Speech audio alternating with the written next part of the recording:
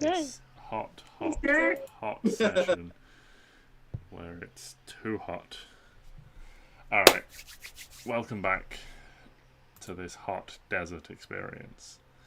Last time, you guys elected to avoid the glass golem you encountered, letting it go off on its own way and making quick progress towards the castle. When you rested once more, Neo's sleep was even more disturbed this time, waking while Klari was on watch. Neo confessed it had some sort of cryptic warning from Musabis, but couldn't really decipher what it meant. He didn't really understand it. He also revealed he was worried about what lay ahead, but admitted they couldn't walk away now, having come so far, with a clear conscience. The next day, the party entered the valley between the mountains. Arwen spotted signs of a camp on one of the lower slopes. Using a friendly summoned batch, he was able to determine that a campsite for a group of 3 Yuan Ti watchers. Leaving Neo to guard the cart, the rest of the party circled around and snuck up on the Yuan Ti, surprising them and quickly dispatching them. One of their lizard mounts was able to briefly escape, but Stix managed to jump on top and calm it down before it got too far and escaped. Lizard friend. They found a rough map that pointed out some other watch camp locations and a larger camp outside the castle walls. They then returned to the cart, deciding to check out another watch camp so they could approach the castle undetected. And this is where we pick up the session. You guys having met back up with Neo, having presumably filled him in on the situation, and are making your way across the valley floor towards the other watch camp. Yay! Excellent. What is the plan as you approach? Is there a plan yet? You obviously have some time while you traverse. So this other watch camp, can we see it in the distance as of yet? From the position you first parked up, with you guys initially setting off, you can't see it just yet. You'll have to travel for a little bit before you can potentially guess its location. This first one you were able to spot because of there was a campfire putting up a wispy trail of smoke that Arwen spotted with a very high perception check. This one you don't know. Certainly you can't see any signs of the same from this distance, but as you get closer you might be able to pick up on some signs potentially. But yeah, I mean you guys are sort of off, sort of 3/4 of the way to the left in the valley at the moment. Cool. Yeah, so we don't really... It's going to be a tricky one. Well, we know it's there, so Yes, you know its rough location. The map you found is very crude, not to scale, just has, sort of 4 circular locations marked out. The castle is a little bit more detailed, but is drawn too big to be to scale. And then there's just a little, triangle for the camp outside. We're going towards... Oh, no, I'm on the wrong thing. This one, aren't we? Yes, that was the one you said you were heading towards. yeah. Because you didn't have to pass by the castle round the mountain to do that. Yeah. Yeah, that one. And while you So- can see the castle, it is basically a small, sort of blurry speck in the distance. The campsite you went to had a large stockpile of wood with oil lanterns and things like that, you remember, so that if there was something and a signal needed to be sent, you imagine this would be lit on fire and a load of smoke would go up and that would be the signal. Well... Maybe we want to just consider having just watches, just making sure all eyes are everywhere, just making sure that we absolutely know. We absolutely know what the deal is, where things are, and if there's any eyes on us, because obviously we are now near the heart of it all, so there's definitely going to be some patrols potentially between the camps and things, so yeah, just keep an eye out, I think. Are you reading? I would assume you're reading. Yeah. If you're reading, Cool. Yeah, I mean, having got to this point, it's not, you know, a massive. It's not going to be like hours to cross this valley floor. It's, you know, sort of like half an hour at most, you would estimate. There's a few sort of obstructions and rolling hills, but generally this valley floor is pretty flat and clear. So you could sneak in a little bit of reading, but it won't be a significant amount. Every little helps. Yeah, as I should say. Yes. But is there anything you'd like to do on the journey over, or we can skip to the approach?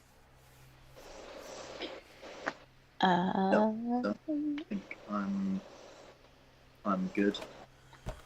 Yeah, me too. Okay. Alright, well, skipping forwards, you guys quietly pass the time as the wagon trundles on. Is there anything anyone would like to be on the lookout for? Let's say everyone can make a perception check as you get to a similar distance away, sort of towards the base of the mountain as you were before. Everyone can make a perception check to see if you can ascertain any details from this distance. Oh my god. Eesh. If you roll a 1 next, you'll have rolled exactly the same as I did last night on my opening rolls, a 2 and a 1. Fuck.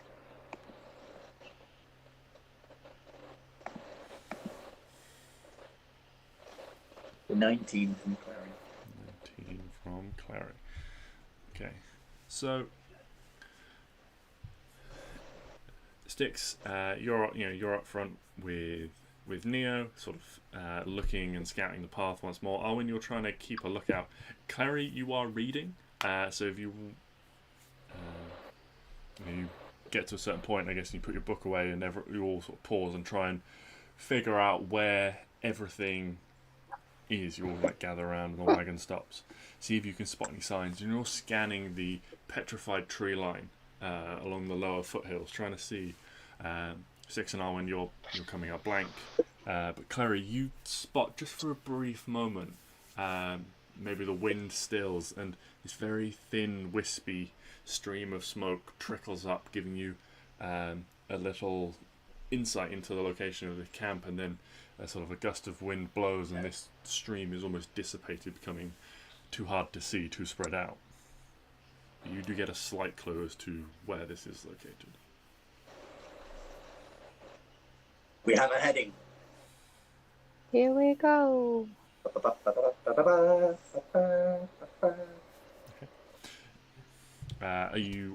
Are all four of you going, or are you doing the same as you did before and leaving Neo behind? Well, it depends. Are we taking the silent approach as we did last time? I'm assuming we are. It's up to you guys. In which case, I would say, yeah. How much is the cliff like? The same sort of height? So so the lower slopes of these mountains are very sort of gradual gradients. As they get higher and higher up, they get steeper into more rocky cliffs. But these lower slopes are a more gradual gradient with petrified trees on them and things like that. Right. Okay. So yeah, probably. Yeah. Sorry, Neil. Sorry, buddy. Probably have to leave you now to guard the cart again, and the rest of us, yeah, we'll head up, I guess. Okay. Yeah. Three of you dismount. Neo just sets to watching, and you will make your way towards the mountain. Are you approaching, sort of trying to approach front on, or are you trying to do as you did before and circle round, so you're not approaching from a direct path? Yeah, I'd probably say so, because we don't want to be obvious. Okay. Yeah. So, whoever is leading the sort of search expedition, can you make a survival check? I'll do it. So I got +9 in survival. It's the only fucking skill I'm good at. Uh, This is That's about it. you sort of reading the terrain to figure out. Lucky, luck. I'm so lucky. I'm very lucky. Yeah, this is about you reading the terrain to figure out sort of what the how the landscape looks and things like that. So what the best place would be for any sort of watchtower or anything like that. Yeah. 23. 23. So yeah, that is a good roll. So Stix, you guys sort of close the gap to the foothills very quickly, so limiting the time you're out in the open, and quickly disappear amongst the petrified trees. You quickly get a good sense of the landscape and feel confident, given roughly where Klari pointed out and where you remember her pointing to when you were back by the wagon, the direction you think you need to head in. And it's not long before you head up into the lower foothills. Cool. Yeah. You begin confidently making your way in what you feel is the right direction. Can everyone make me another perception check at this point? As you feel you're heading in the right direction, but you're not quite sure yet, quite how far it'll be. Why do I keep rolling the same thing? Perception.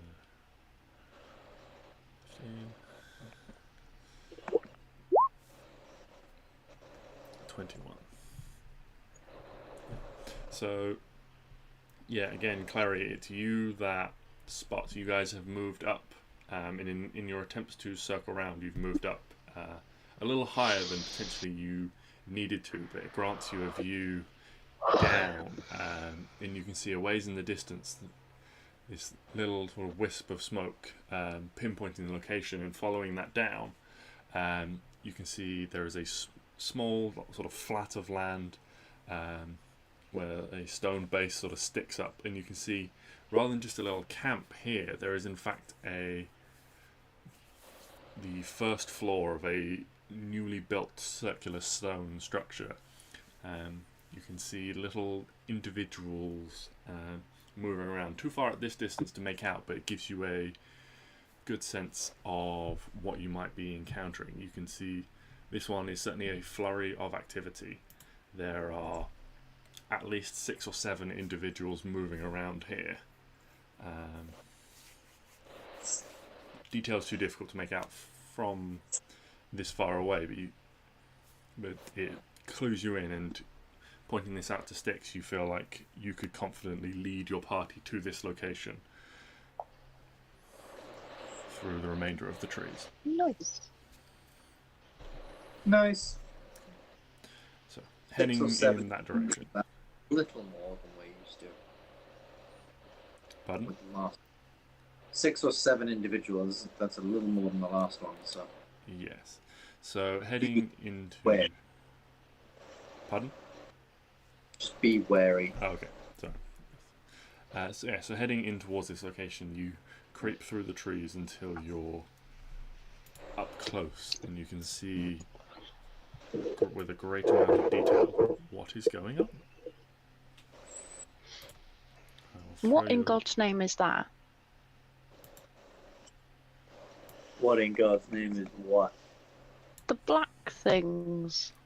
The black wispy Jesus Christ. things. So, these are creatures you have seen before, but at night, and so the details were difficult to make out. In the low light, they look a little bit uncomfortable. They are all sort of trying to sort of two of them you can see are sort of hunkering down in shadows and things like that. One is perched on the edge of this cliff at the top with a rider on its back. But these are large shadow bats you have encountered before when you pursued the 3 whites out of Rosenzen.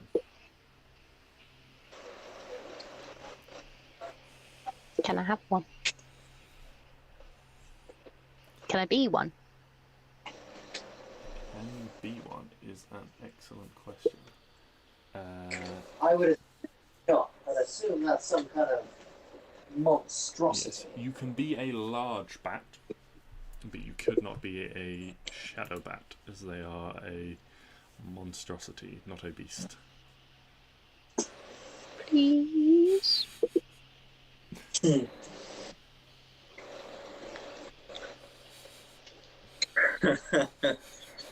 Don't give in, JJ. That's how I ended up. That's how you end up with terrible, terrible things. So Really good things, actually. JJ. So I've put you at the bottom of the map just to indicate the direction you are approaching from. You're a little bit further back from that, but you can see this scene laid out before you quite clearly. There are a couple of Yuan-Ti guards further down where this incline leads up. You can see there is another Yuan-Ti over by the lizard mounts off to the side. The shadow bats are spread out, and then on the roof you can see that there is two clearly undead looking figures. They seem to be armoured. The armour you can see from this distance looks reasonably good, so they are potentially more intelligent undead. You can ascertain one of them as well is on a mount. But also moving around, you can see a couple of dwarves moving to the large quantities of sort of building materials and things that are stacked up around. And as you watch, one of these dwarves ascends from inside the ground floor of this tower to carrying a large block of stone on its back, and hefts it down onto a great pile and sort of skirts around away as this undead head turns and just sort of watches it as it comes, and then turns back to scanning the environment. Does it look like he's doing this of free will, or are they watching him as if he's some kind of prisoner? Make an, I was going to say perception, but make an insight check into the nature of.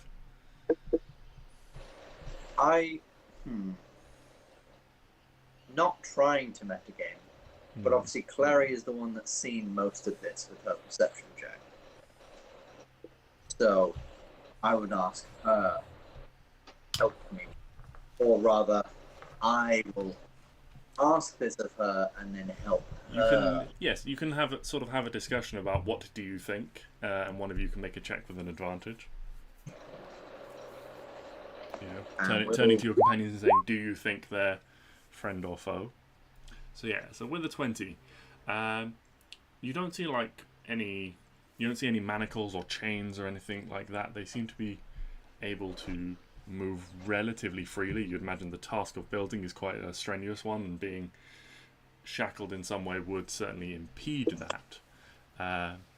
But they certainly don't look overly friendly. There's not jovial conversation going on or anything like that. The dwarves are very just sort of stoically going about, and you can see sort of how they're dressed. Certainly to you, Stix, as a more military man, you can see what they haven't got armor or anything like that on, but what they are wearing is the sort of padded clothes and things that you might wear under armor, which would be uncomfortable to wear in this heat if you had a choice. But potentially, you think they had armor and it was stripped from them, and so they've only got what they've got. I see. Well.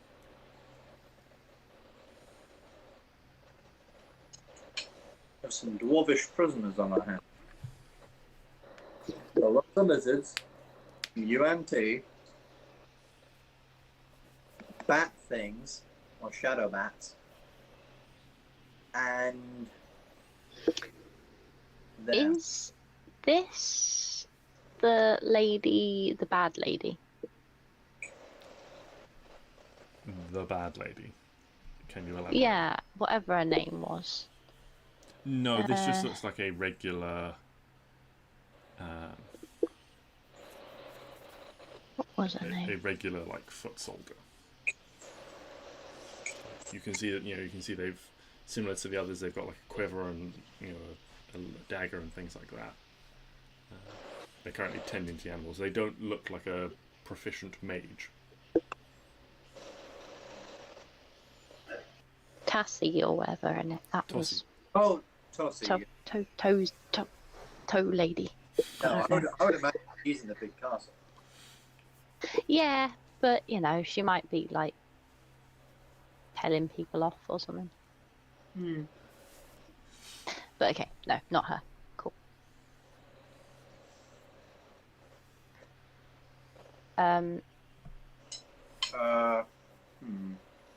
Is there any difference between this lady and this dude? You can see that. I mean, there's sort of difference in how they're dressed, things like that. But there's no like. As a snake of a face. Yeah, I mean, one of them is in the regular humanoid form, and one of them is in the form of having a snake head. So visually, they look different. Whether or not that affects your their capabilities, you're not quite sure.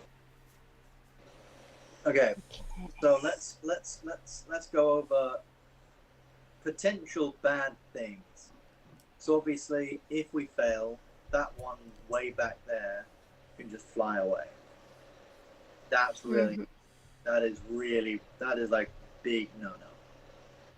Also, these guys can potentially run away on their big lizards. Also, yeah,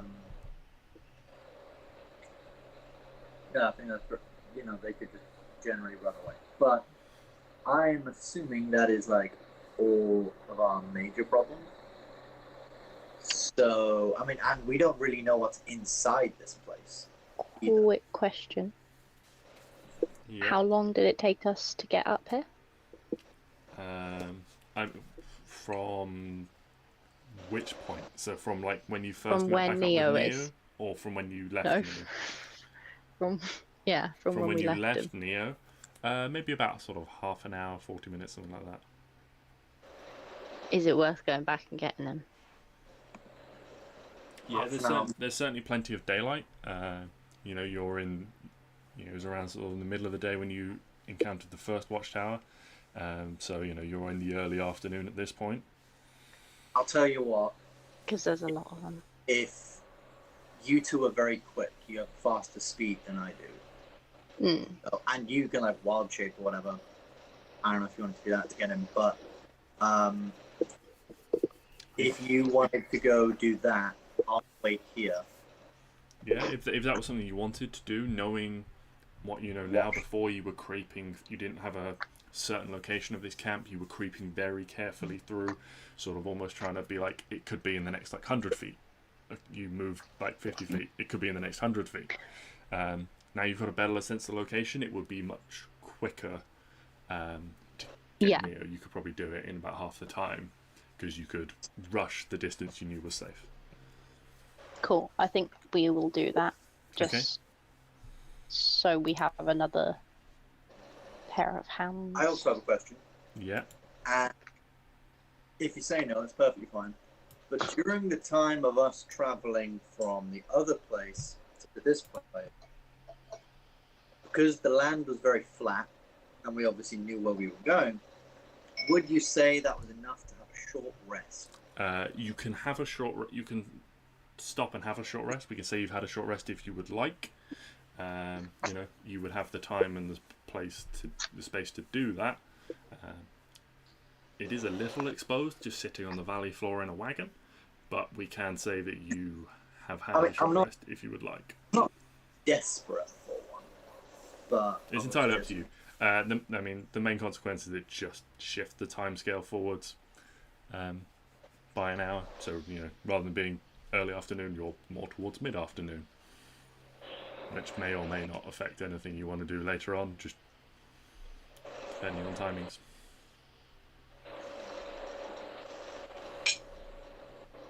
Never mind then. Okay, no problem. Unless I really want to rest, but... No. Neo's tipped up, he's not used anything yet. I've signed him on the map next to you. Oh, friend! Cool. So, Neo's here. Nice. I reckon... Okay, I have a really, really dumb idea. because Okay. I'm really concerned about that guy on the mount, because I just know he's gonna run away. Mm-hmm.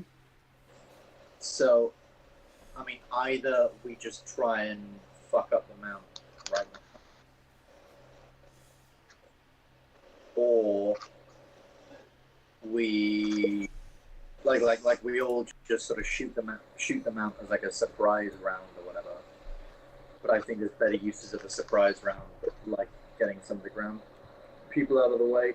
So I was thinking I could teleport up to the mount and knock the guy off.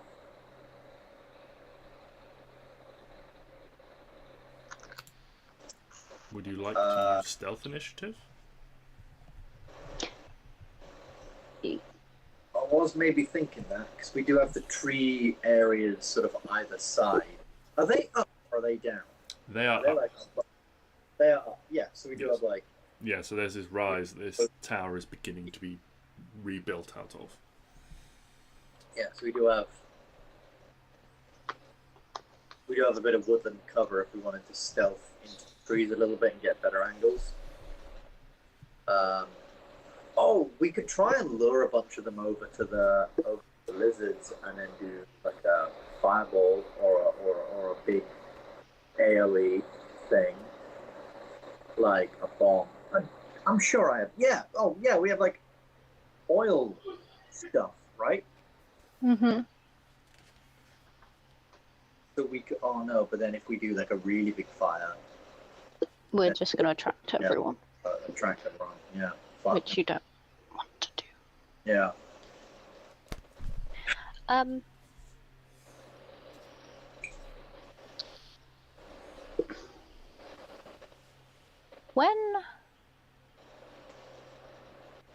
When you go into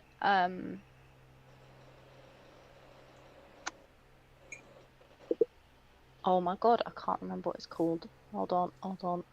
Polymorph. Yeah. Do you? All your statistics change. So Yeah. But will I remember what I wanted to do? it depends on the intelligence of the thing you're turning into. If you turn into something like a fly with like 1 intelligence, like when Stix was a ladybird, he got very easily distracted and didn't remember how to get in and out of underneath doors. If you turn into something, with like 6 intelligence, then yeah, you're going to have a better focus on what you need to do. And if you go in with an intention, then it is more likely you'll be able to carry out that intention. Nothing has a positive intelligence. No, because 10 intelligence is like the average intelligence of a human. So animals are all below that. But depending on how... if you're like... let's say you would like trying to make a blacksmithing check and you're like, oh, I'll turn into an ape because they're really strong. You then don't have the intelligence to complete a complex task like blacksmithing as an ape. Okay. But if you're like, I want to attack that man, and you turn into an elephant, it's like, yeah, as an elephant you can be like, that's a bad guy, I'm going to charge and stab him with some tusks. Okay. So it's levels on how complex. I turn into a giant eagle and attack the thing in the air. Okay. I'm liking this plan. I can only use polymorph because we haven't leveled up yet. Sorry, something in my throat there. Everything is currently on the ground. I will say that. Oh, okay. Okay, I'll put that on the back burner in case it starts flying away. Yeah, you can. Sorry, looking at it, you it can was see that these bats are sort of like. You remember when you saw them before, it was dark and they were a lot more sort of misty and smoky. In the bright light, they don't look as smoky or shadowy. They don't look as formidable. You can see, from the ones you can see, they are sort of hunkered down, trying to stick to the shadows of the trees and things like that. Okay. Directionally west, south. This whole place is sort of in the in the shadow of the mountain, I think. Yeah, south is that way, so there's a little bit of shadow coming from the mountain. So, but you would be considered in bright sunlight for any of those like sunlight sensitivity things like that. Okay, so yeah, we could just stealth up these things and try and take the two of them out. Yeah, I agree. I do like that idea. And then maybe like say we get Klari. She's obviously very very good at hitting things with stealth. She could take the one that he's actually on top of to try and deal with. I mean, maybe the both of you guys go for that one and me and Neo go for the other one.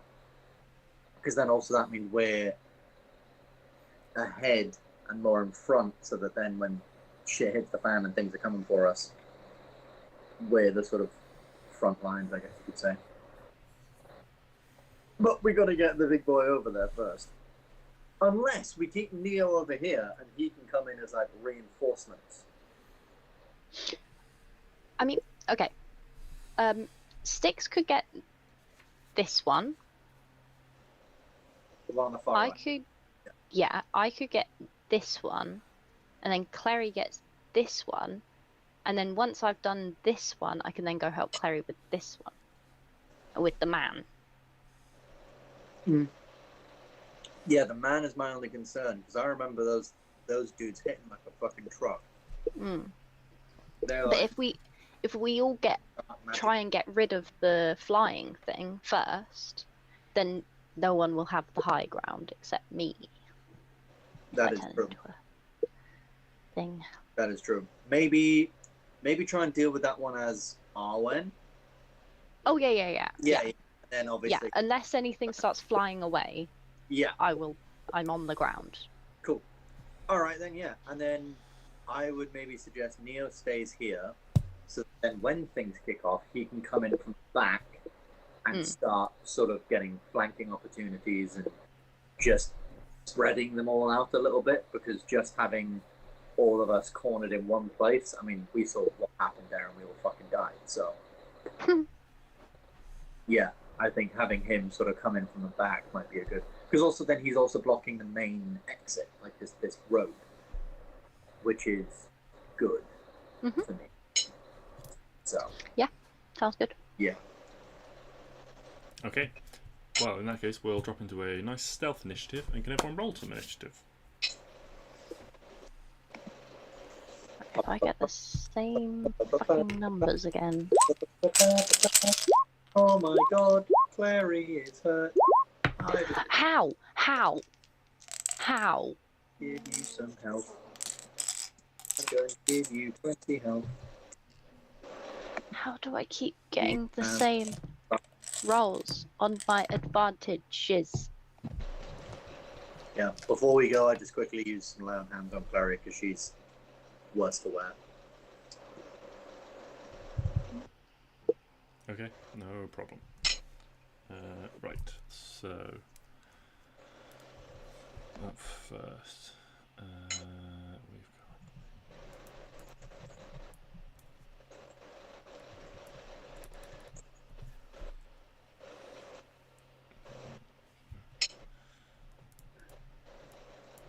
I'm just going to roll the enemies into the initiative now, so that it's done, and when things enter normal initiative, they'll just join in. Yeah, sounds good. Remember to roll for Neo. Yes, I have his. Okay, cool.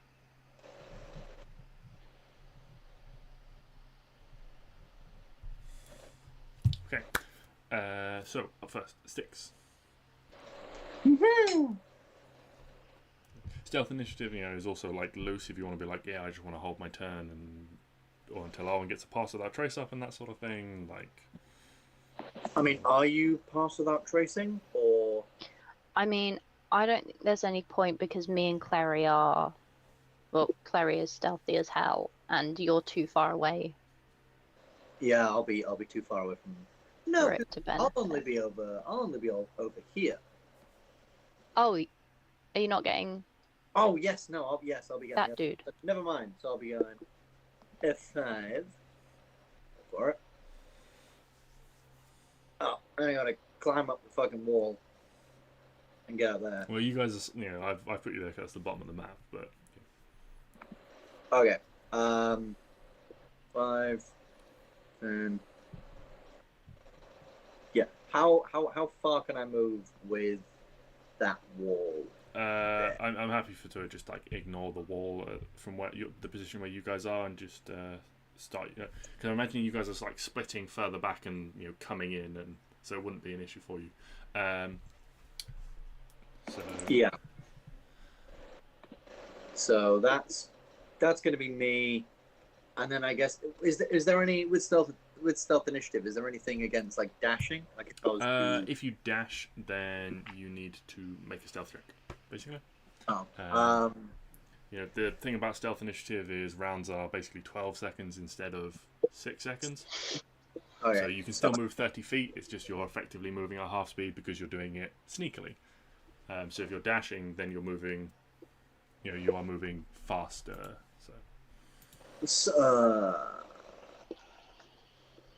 Damn it! Yeah, I can't guide myself and then do that. So, yeah, no, I'm not that confident in my stealthing abilities, so I'm just gonna leave it there.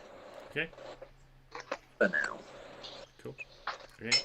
Oh, actually, as my action, I will give myself guidance to use next turn. Cool. Yeah. On a stealth. Cool. No problem with that. Owen, what are you doing? I'm going to.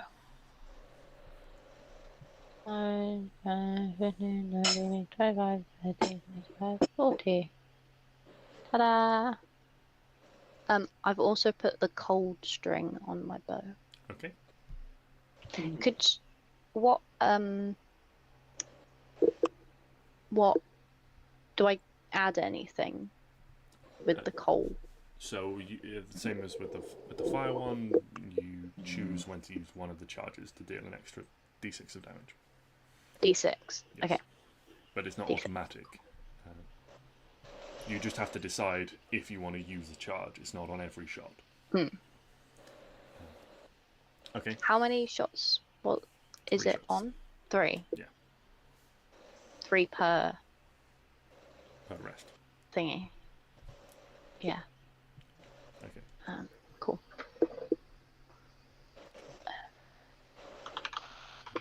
Just to remind you some of the things about stealth initiative. If you end your turn or if you move too close to an enemy, you need to make a stealth check. If you dash, you need to make a stealth check.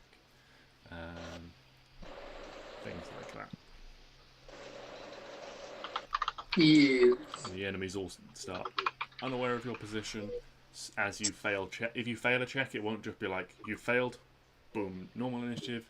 They'll slowly become or potentially become more alert, depending on how you fail. If you try and shoot someone and they don't die, they're not going to be like, I wonder what that was, with an arrow sticking out of their chest. But if you fail to sneak past someone, they might just be like, was that something? And just become a little bit more on the lookout. So you're pretty close to that one there, but not quite, because they are up reasonably high. Klari.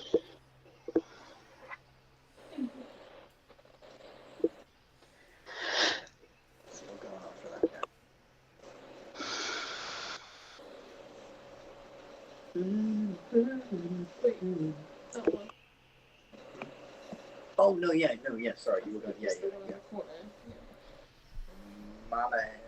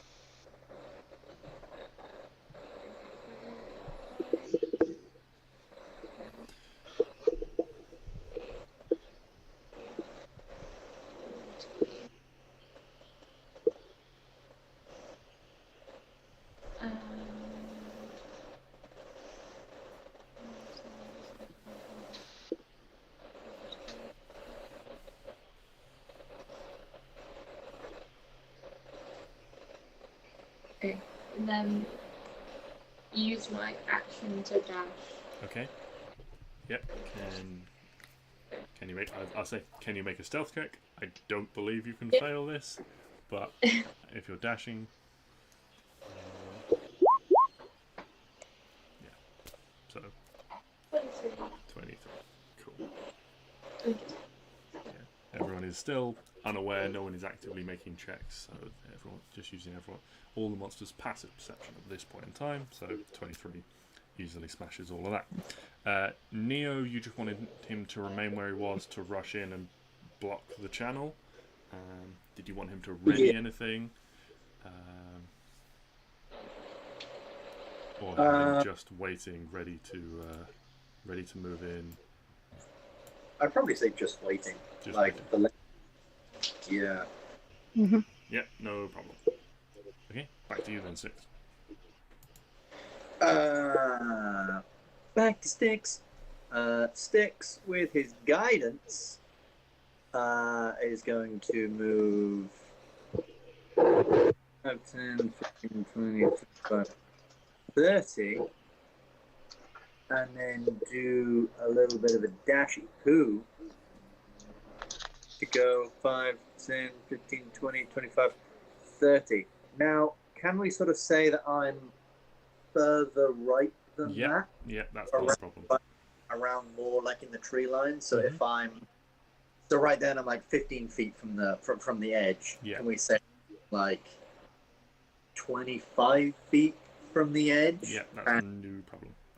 Yeah, still make a stealth check for dashing, but yeah, you're further out, so you've got a little bit more tree cover and things like that. Stealth. 14. Wait. 17. 17. No problem. Oh, thank God. Unless a lizard has got a massively high passive perception, you're going to be... I was more worried about the woman, but... Well, I know a 17 beats that, so yeah, a lizard's passive perception is 9.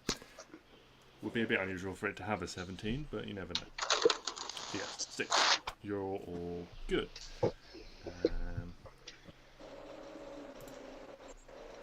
Arwen. Hello. Moving swiftly on towards the destination. Mm-hmm. Yeah, I've seen Klari go past, so that's good.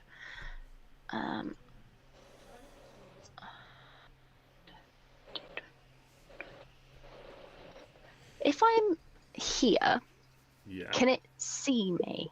Yes, this thing is down off the edge. It is essentially sort of in the shadows of the trees down there, where the sun is coming from, sort of behind you in this direction.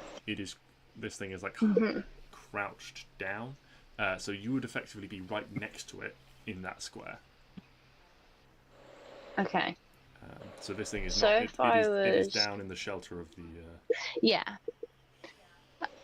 But if can I hide behind any of these trees? Yeah, you can. Yeah, you can. Or... Yeah, you can. You can, like, if you move back another square, you can like hide behind that. Okay. Yeah.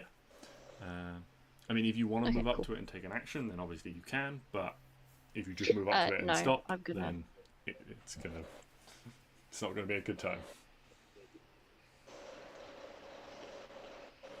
Okay. No, I'm gonna stand here and ready an action. Okay. To use my bow. Yeah, cool. As is coming up, I will remind you that when rolling to hit something in melee, there is no change in the target's AC, but when rolling a ranged attack, the target gets a bonus to its AC to represent it having needing to be a very precise killing shot. Obviously, when you sneak up behind something, you can stab it exactly where you want very easily.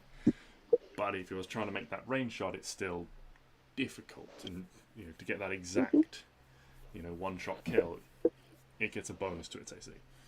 If you beat its normal AC, you can still hit it and deal damage like normal. You just won't automatically kill it. Yeah. Okay. Cool. So, Klari. Klari, Klari, Klari, Klari.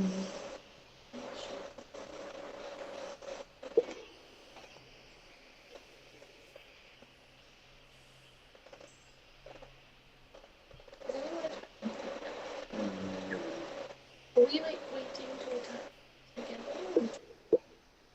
I would assume so. I assume we're all waiting to attack together, right? Yeah. Okay. Oh, but how are we all gonna know? I mean, Well, you guys can like ring each other. How indeed. yeah. I mean, we're just gonna have to kind of guess what Stix is doing. Yeah, I guess I'll I guess we'll just agree beforehand. Like, I'll just ready my action for if this thing is alerted to anything. Like, Yeah. I'll just be there on my sword in case it just starts going haywire. Okay. I'm glad we got that sorted before.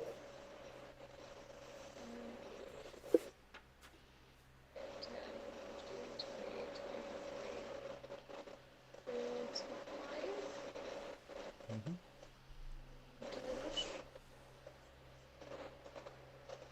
Do you want me to roll stealth again? If you're just using your normal movement, you don't need to roll stealth. This one is up on the cliff here, and you can see it's about sort of 15 feet above you, so you're a little bit further away than the distance. I'm just gonna hold my action to throw my dagger at the big lady.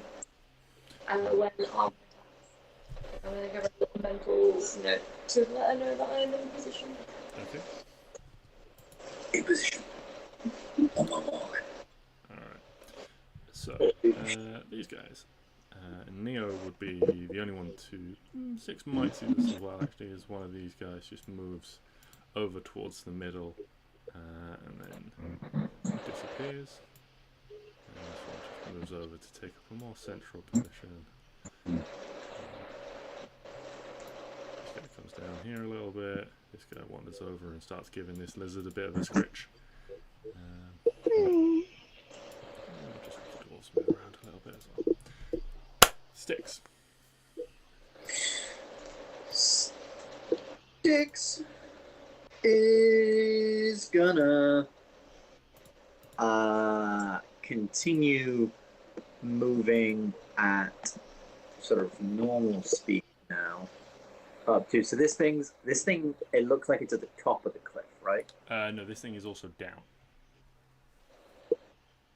This thing's also down, but it's on the same level as me. It is on the same level as you now, yes. Cool.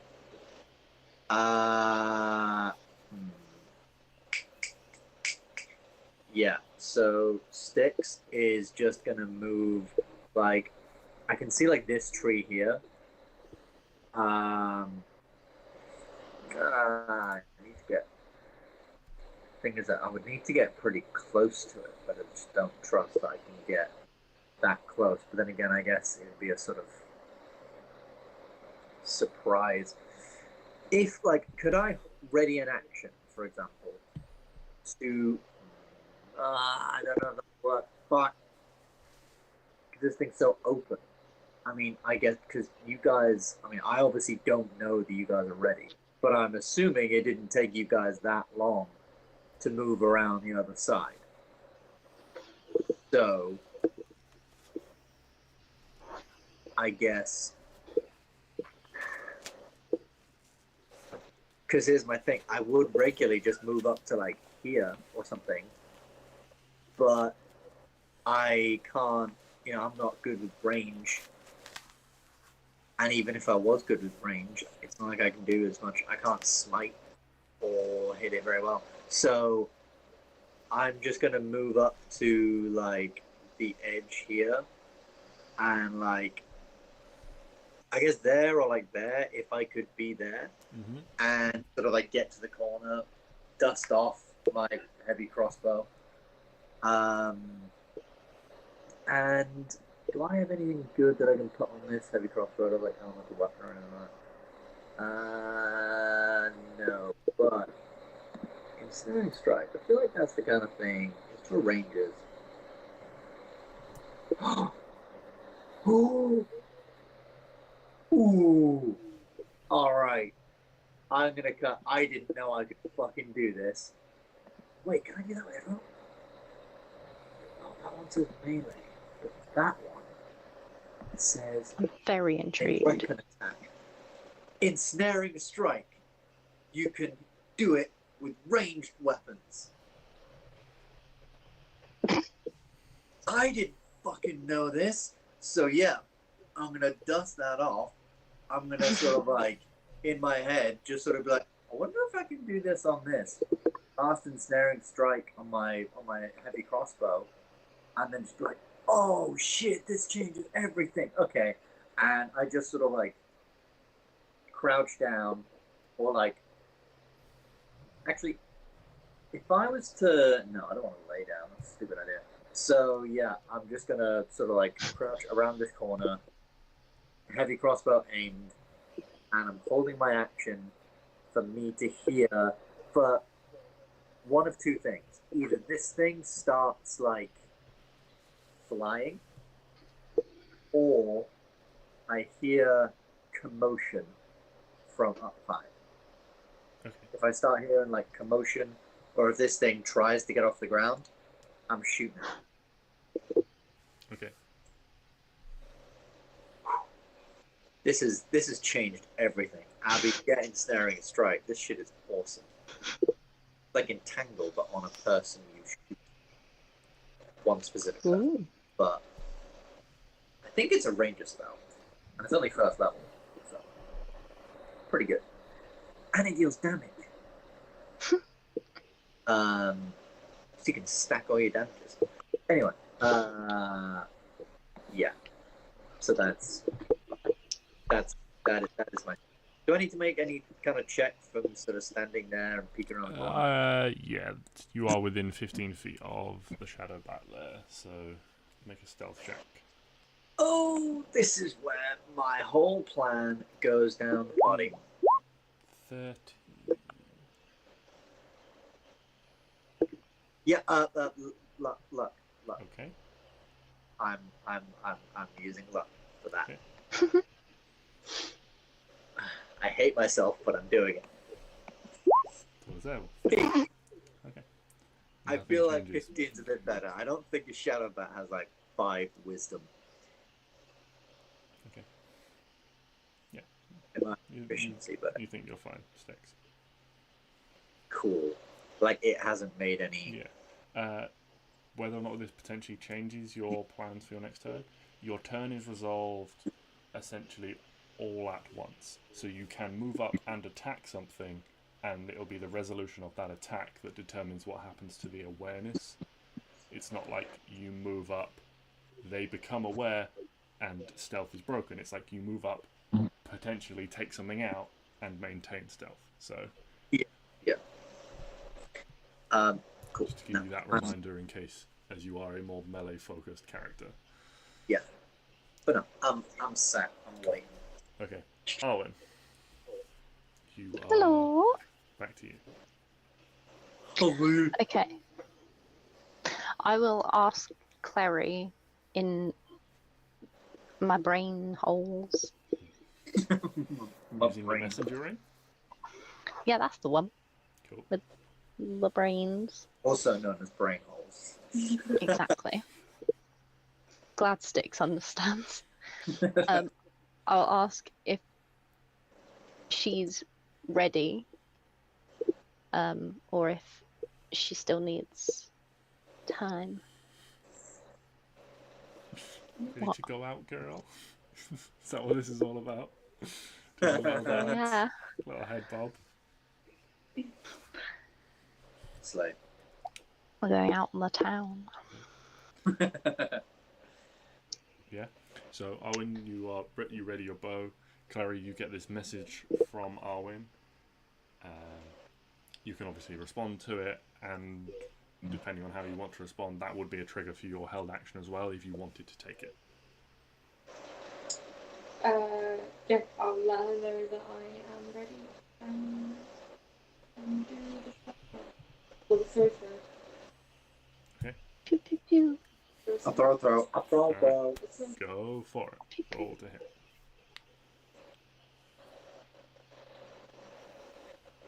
Who's rolling?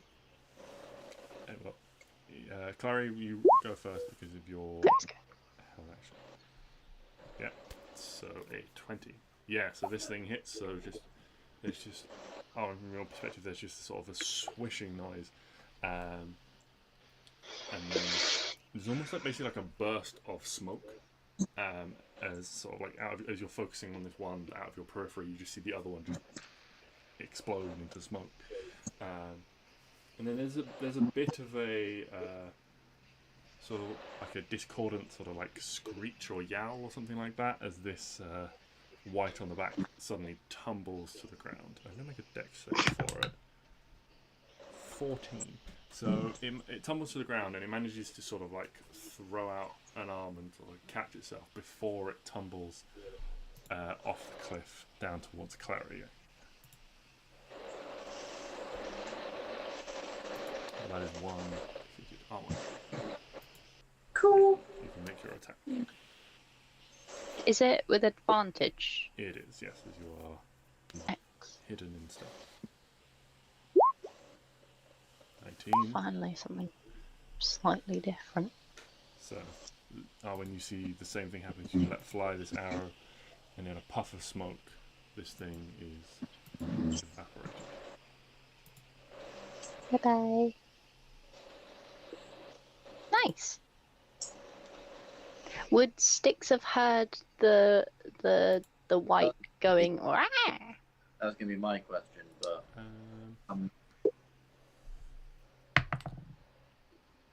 Stix, make a perception check. Stix, be perceptive. That's not very perceptive. he is so honed in on this thing, whether it's like twitching or anything, and he's just kind of assuming that, yeah, if shit, it's Arwen. If shit hits the fan, I'm gonna hear it. I did great, thank you.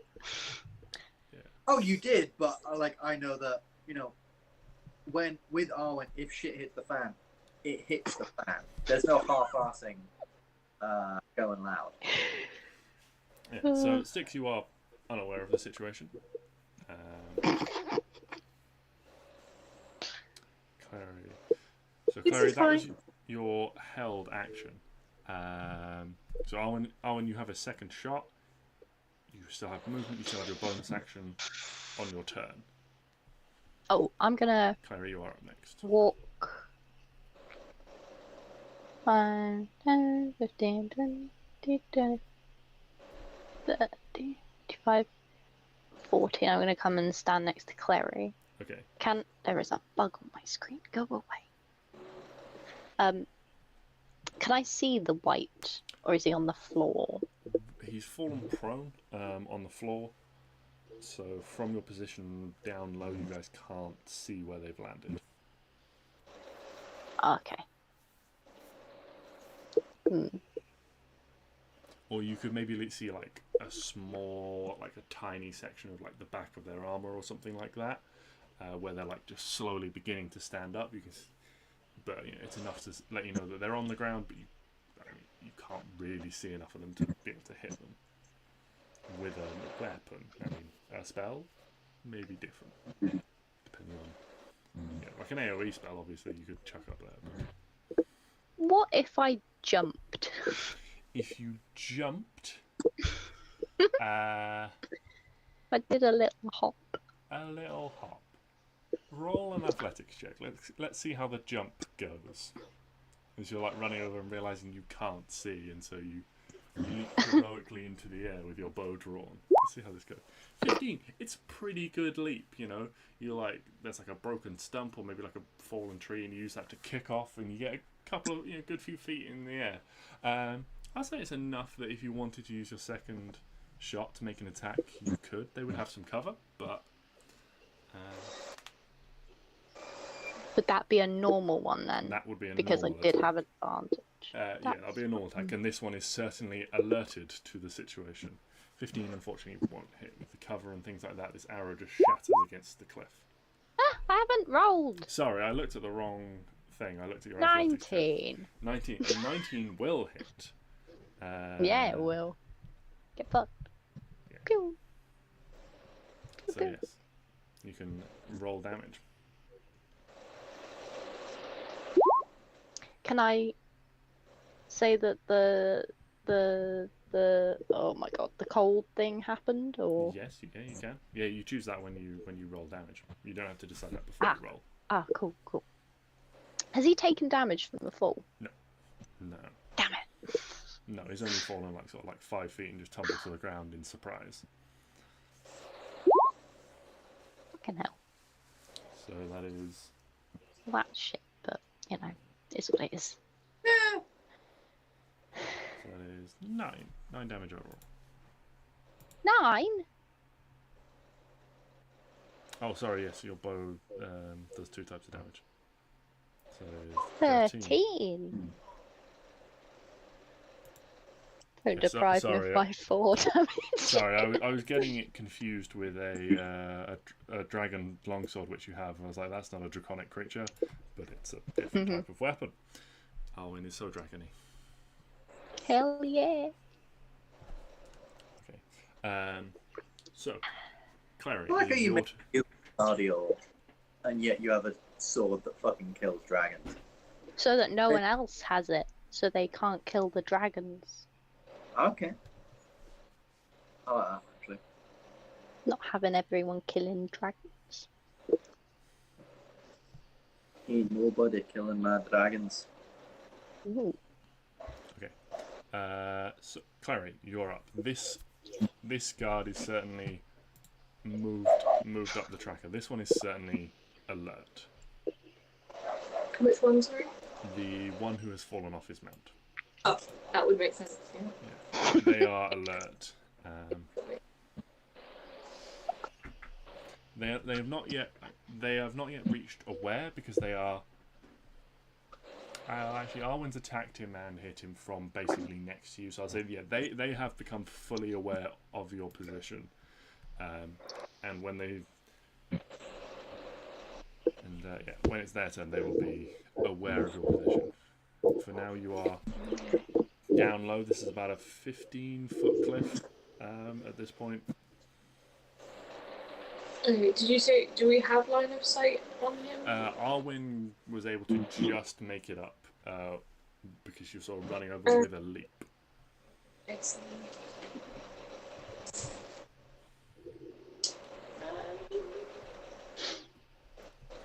But we need to get up there anyway, so. Okay.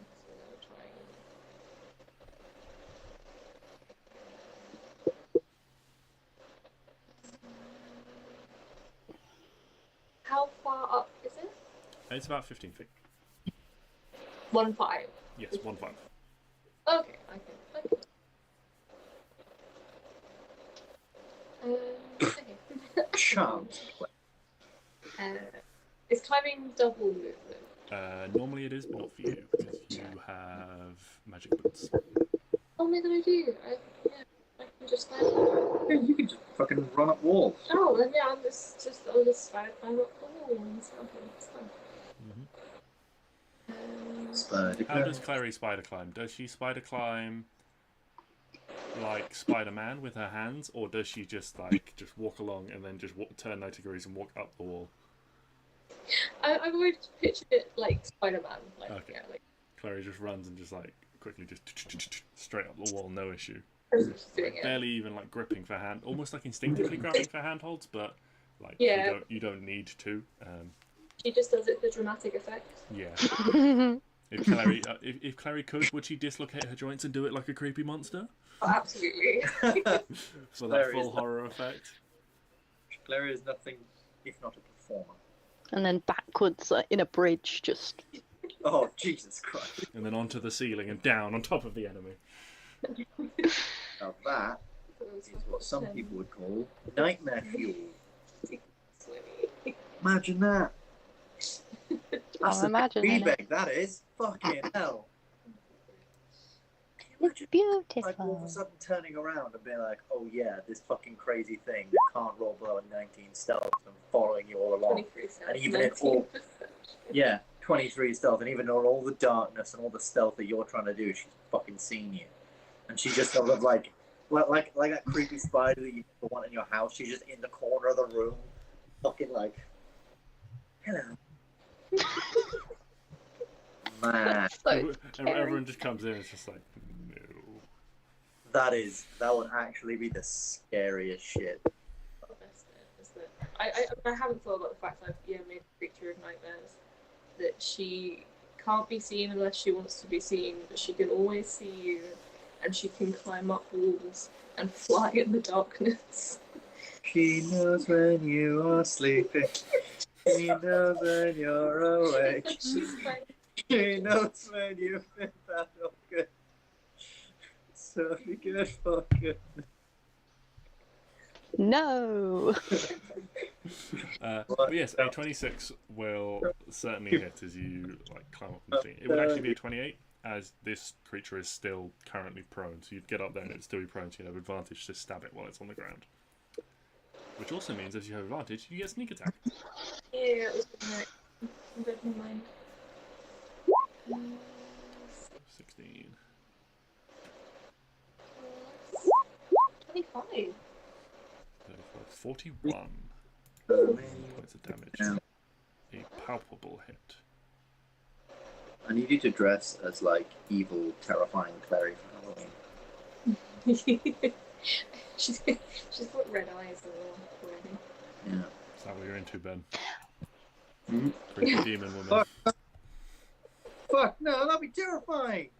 Mm-hmm. Can you imagine that? Just imagining Clary kind of turning into like the other mother from Coraline. Oh my god. Just like really like spidery creepy.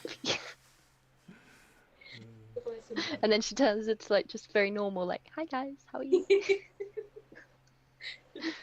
Be good, remember. When you guys get shot, just briefly turns into a demon, kills them. Anyway, where were we? Where's my books? You need to multi-class into Undead Warlock because they get called a form of dread, which basically means that, yeah, as a bonus action, they become like fucking terrifying, and everyone needs to make a save or they become frightened, and you get like 10 HP and stuff. That'd be so good. If you guys watch the Mitchells versus the Machines on Netflix, No, I haven't seen it. No. If you haven't, haven't, you you need should to. watch it. It's So good. but there's a bit of the ending in the end where the mum goes berserk and terrified. And they're like it's the prophesied one or something. That's what I imagine.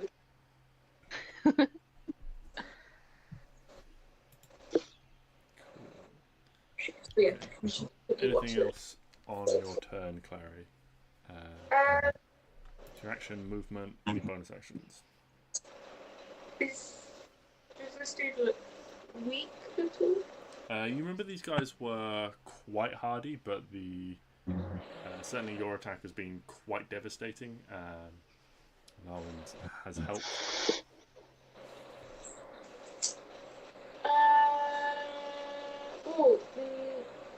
Can I summon my dancing sword as a bonus action? Yes, you can. Certainly can. Oh, yeah. Is it bonus action to summon it? Oh my- Or can it attack? On It's the a same- bonus action to summon and attack. Ah, sweet. Yeah, then feel free. As a bonus action, you can attack with your dancing sword. And then when you're distracted looking up at the terrifying Clary in the corner, a sword just stabs you in the back. Yeah. Fucking A hell. sword that pulls itself from her skin. I'm not even lying. In the next campaign I'm running, that is the bad guy. You're a villain, I'm all for it. I am telling you right now. Where's the dancing?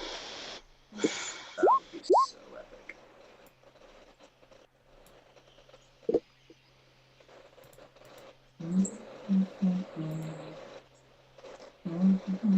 An 18 will hit with dancing sword.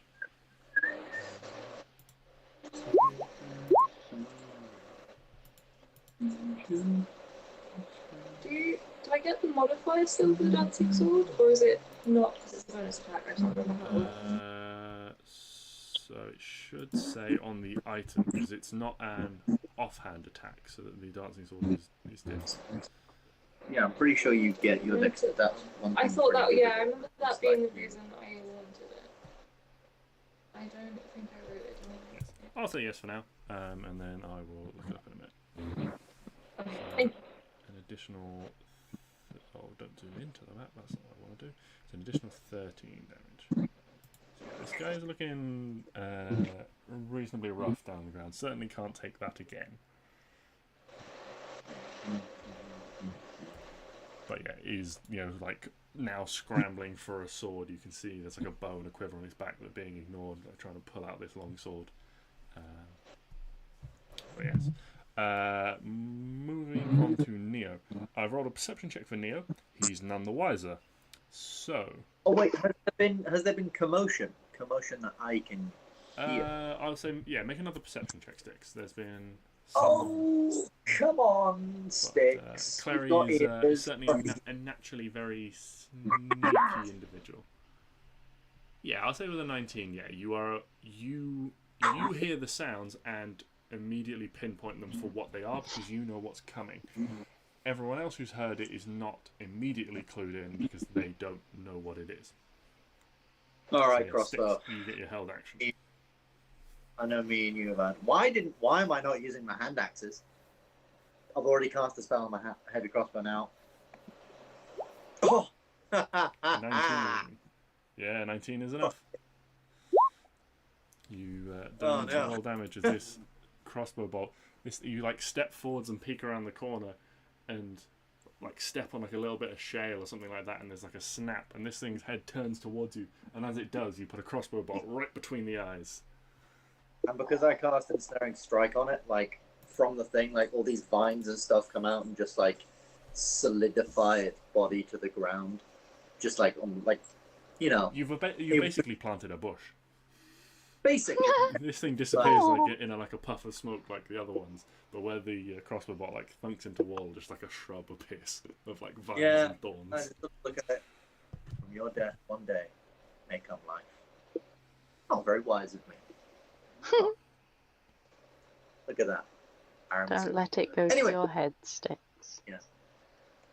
Like that is literally what Stix would say. Like, that was very wise of me. I'm gonna tell Arwen said that one day. Anyway, go on to the fighting.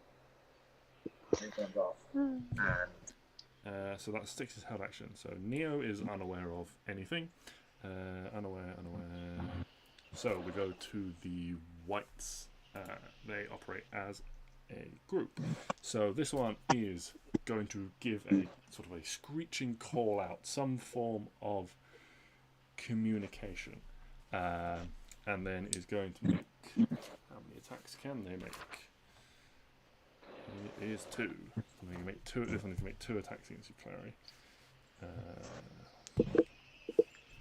First is a 13, and the second is a 10.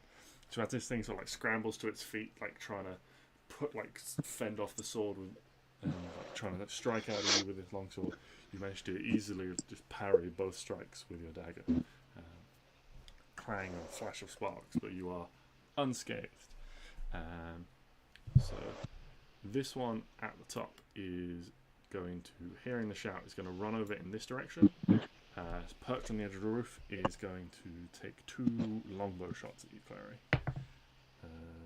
The first is a 21, and the second is an 8. So, get my extra d6 out. So suddenly, sort of from the side, this arrow like pierces into you, and you mostly stopped by your armor, but it suddenly like a stabbing pain and a jolt.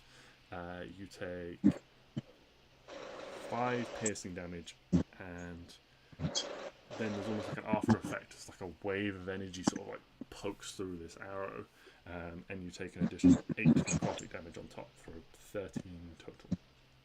Yeesh. 3-0. 13. Okay. Ooh. They don't hit that hard. That would be a problem. I will use my to Okay, yep, uncanny dodge halves that to 6. So that's their turn, and then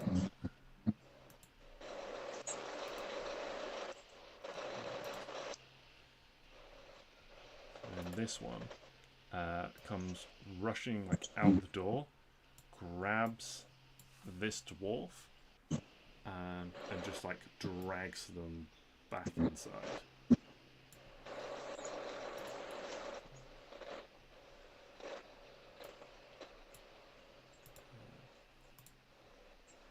And then like just emerges, and then he's just stood in the doorway. Neo would probably be the only one to see that they just stand in the doorway, sort of like half turned, half watching inside and half like trying to watch outside with a sword in hand. That is them. Stix, you are up. Fantastic. Right.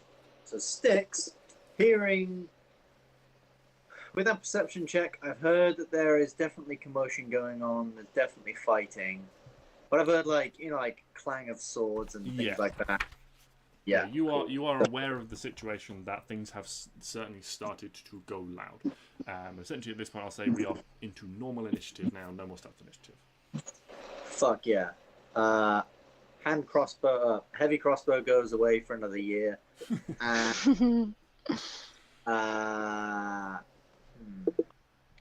Remembering where I saw that lady. Okay. No, because it's a point I need to see. So I guess, but I can't climb 15 feet. I was going to maybe Misty Step it, because I do have a second level spell I could use. How much should I say that for a snipe? Probably should, but I'm not going to. So I'm going to Misty Step.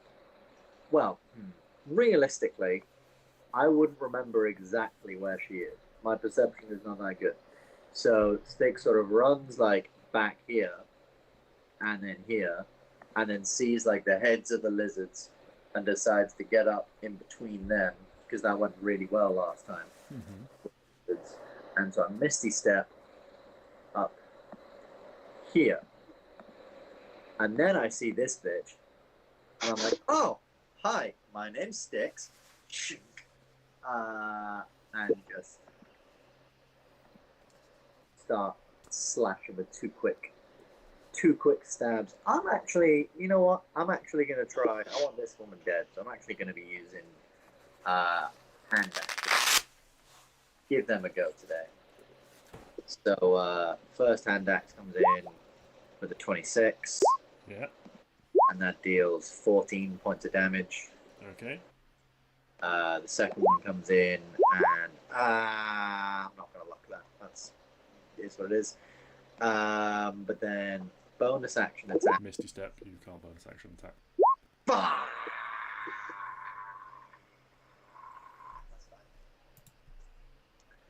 fine. That's so annoying, but that's fine. Yeah. She takes 14 damage. She does indeed.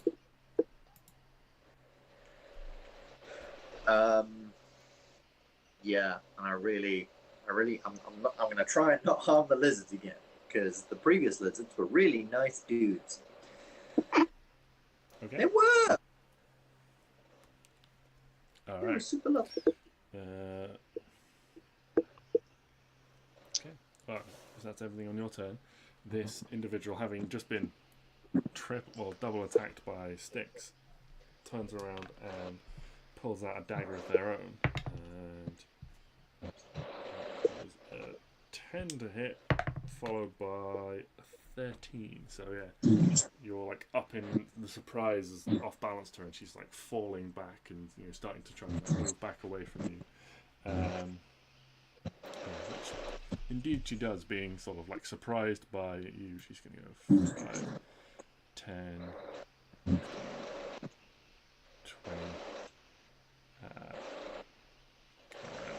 25 and just like put the dwarf prisoner in between, like your path to her. Okay. You would get an attack of opportunity if you wanted it. Oh, yes. Of course I want it. Yeah. So that'll be... Hand axe. Oh, 13 come on, will man. hit this one.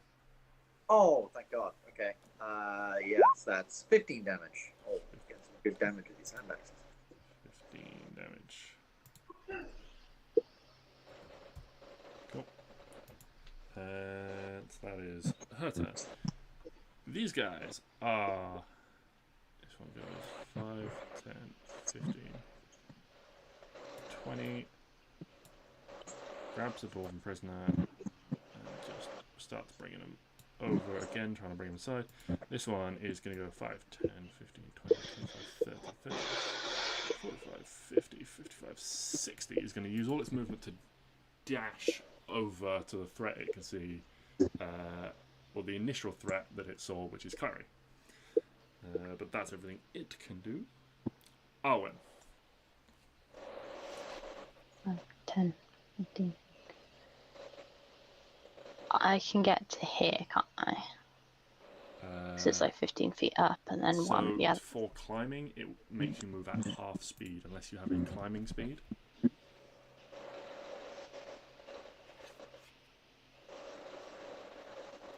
So if you're manually climbing up, you will need to make an athletics check to do so.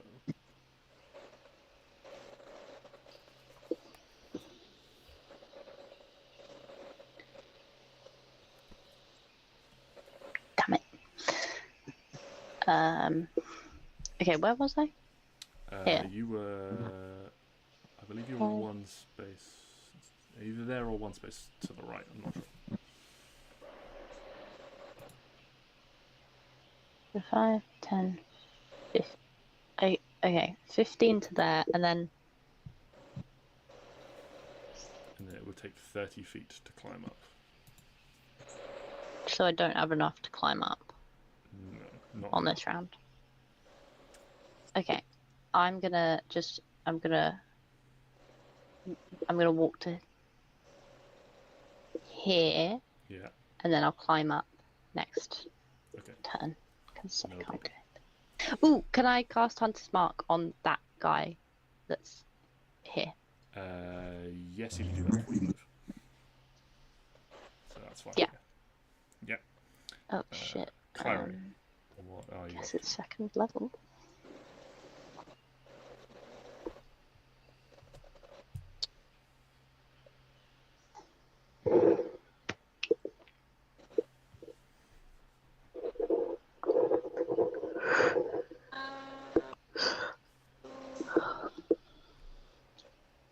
Attack the lizard dude that's in front of me. Okay, yeah, attack the EMT.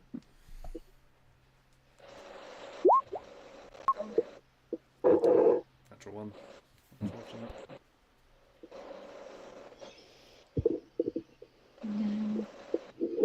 Your sword. Yeah, I was gonna say.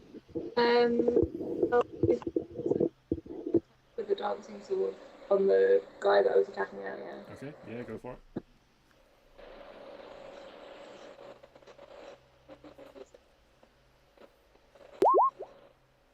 Yeah, 20 definitely hits that guy.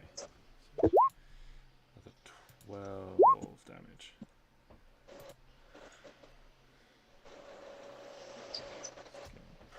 Pretty rough now on that guy.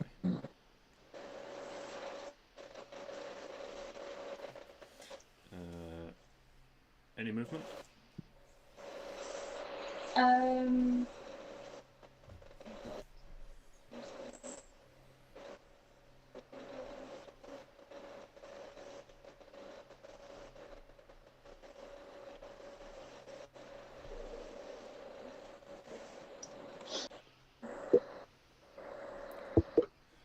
If not, then it should go to Neo's turn. Neo can use his action to dash all the way up into here.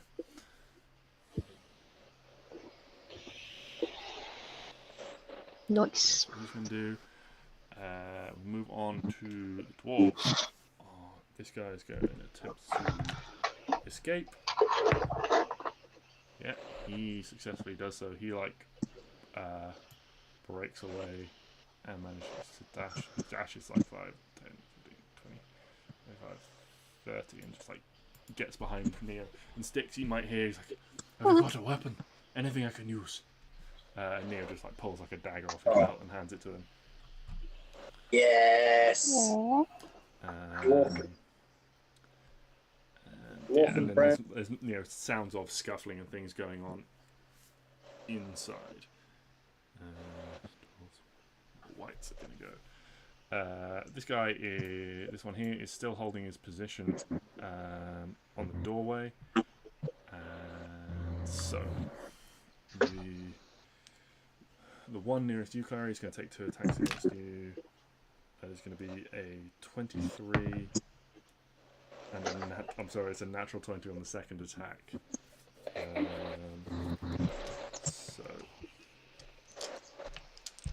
the first attack is that's low rolls. So the first attack is 10 damage. That is 6 slashing and 4 necrotic. And then the second attack, he sort of like opens up your guard. Is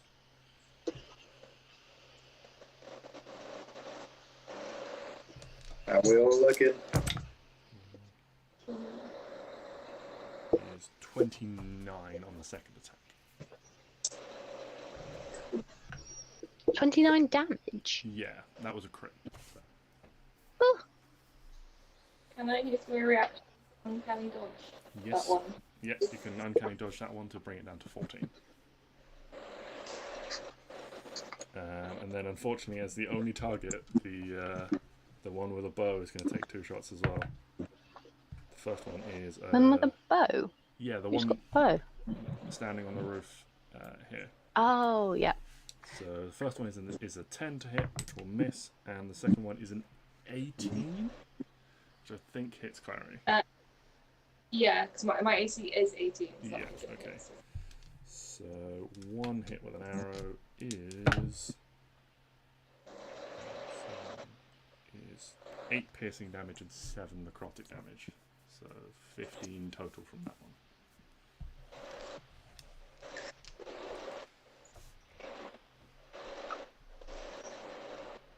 That is their turn. Stix, you're up. Stix is going to kick some ass. Oh no, no. Oh no, Klari, you're not looking good. This is exactly what I was worried about, but I have faith in Arwen. She's proved herself to be an excellent healer. We were a level up. Probably should go down, but never mind. So you can hear them fighting over the other side. But I've heard this guy speaking to Neo and asking. Yeah, you would have heard him. I will just shout as loud as I can in Dwarvish with my belt of Dwarven kind, which means I have advantage on checks to interact with dwarves. I'm going to shout something, the Stix thinks is like heroic, like dwarves, rise up, we're here to save you, sort of thing. Okay, yeah. And I'm going to try and move to this woman. Do I get any attacks from any of these lizards? Do they take any chomps at me? No, they're only lizards. They're not like aggressive combatants. You haven't attacked them, so... Cool. In which case... if you want to make a check for your shout, you can do to try and inspire... Oh no. Anything? Yeah, I'm going to run up to these guys, crossed hand actors, slash at this woman. So first, 15, I think you said hits. Yep, that'll definitely hit her. That is 9 damage. Next attack is 24. Okay. which is 14. Yeah, so with that second attack, she goes down, barely managing to register a defense against your superior skill, Stix. So I've run up to her, slash, and then like very Assassin's Creed 3, just like tomahawk in the chest and brought her down. And then I'm gonna keep running. So I was there, so 5, 10, 15, 20, and then 25, 30, and take a bonus action throw against this guy. Go for it. To just fucking eat my hand axe. 16? Yep, 16 hits. Fuck yeah. 6 plus 5, 11 points of damage against that guy. Cool. First Oh wait, no, minus 4 because it's a bonus action attack. 7. So 7, yeah, Cool. 7 damage against that guy. No problem. Okay.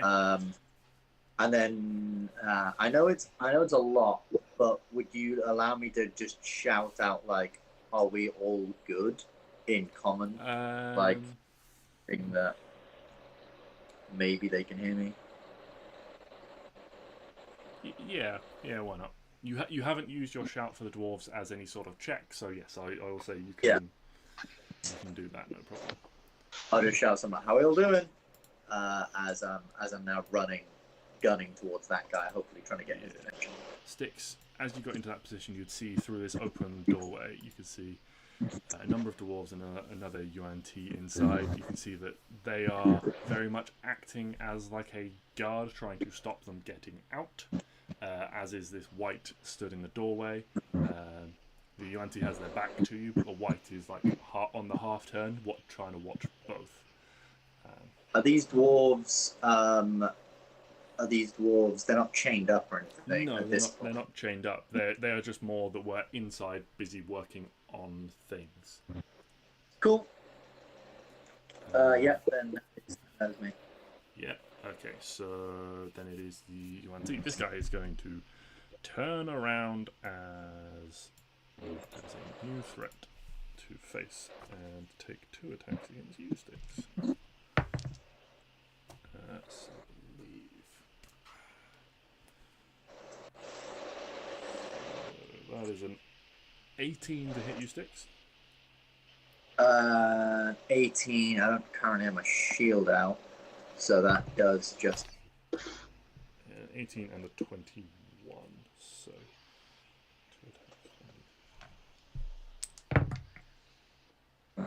2 ones on each attack. So 8 damage total from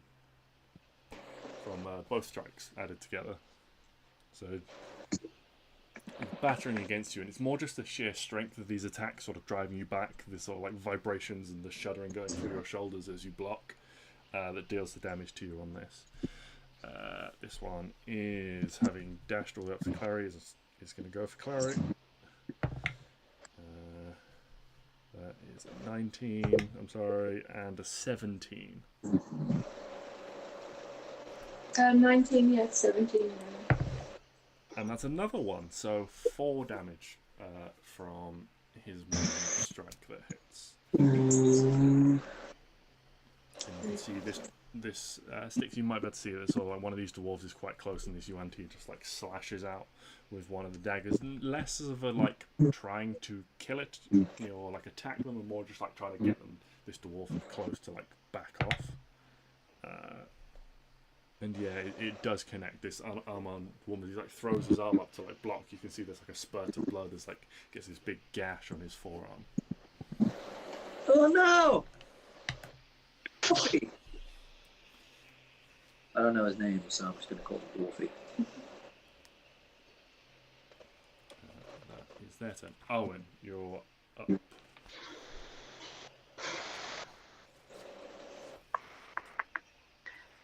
How much is Klari dying? I really thought that last one was gonna finish me.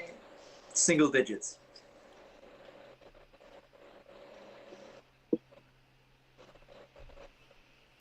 Okay. I will Mm.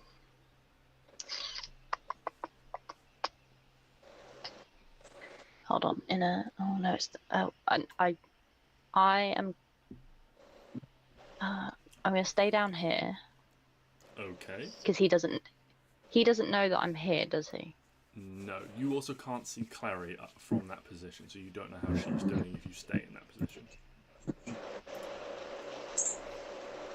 So if you want to know how Clary is, you can either go up and see, or you'd have to move away from the cliff to get like an angle to see. Can I peek up? Yes, it will take you 30 feet of movement to climb to the top of the cliff and peek. Shit. Okay. How far back do I need to be able to see Clary? You'd probably need to go about 20 feet away from the cliff, as you are tucked right in against it, so you probably need to come back to get like a full view of Clary. Okay, no, I'm gonna go up here. I'm gonna do it. So you climb up. Yeah. Yeah, just make an athletics check for me.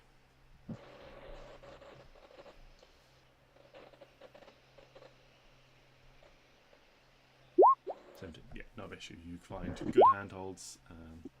Where the wall sort of curves around you, it gives you a lot of options to climb up. You're comfortably up there in no time.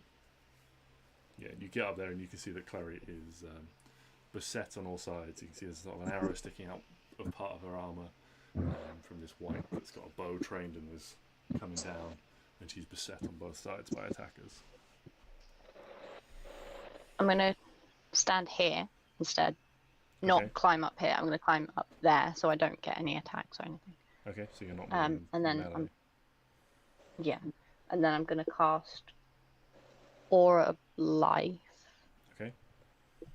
So that she can't die. Okay. Remind me about Aura of Life. Life-preserving energy radiates from you in an aura with a 30-foot radius until the spell ends. The aura moves with you, centered on you. Each non-hostile creature in the aura, including you, has resistance to necrotic damage, and its hit point maximum can't be reduced. In addition, a non-hostile living creature regains 1 hit point when it starts its turn in the aura with 0 hit points. Okay.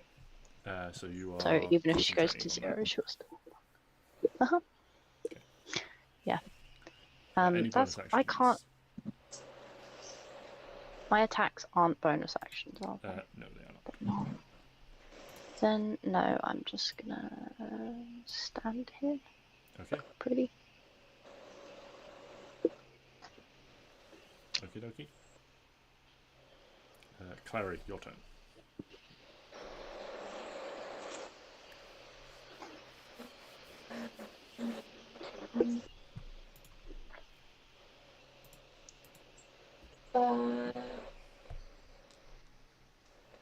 I am gonna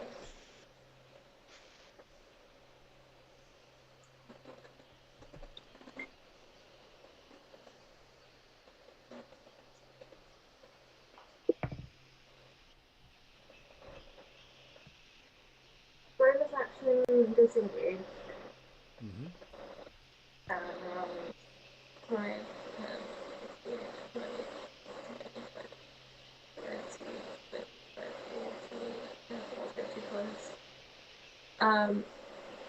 And then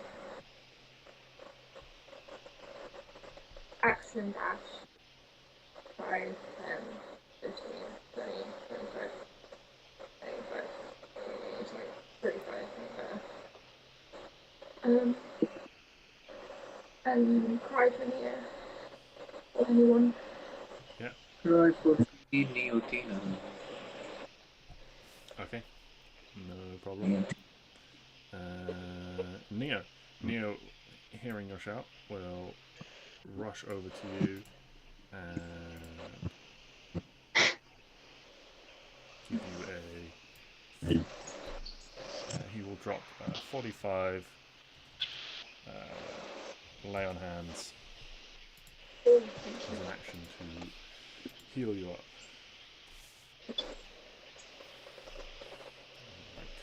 grabs you by the forearm as you're sort of like flagging and dropping to one knee, pull you back to your feet. It's like, come on, Klari, we've got this. thank you, Neo.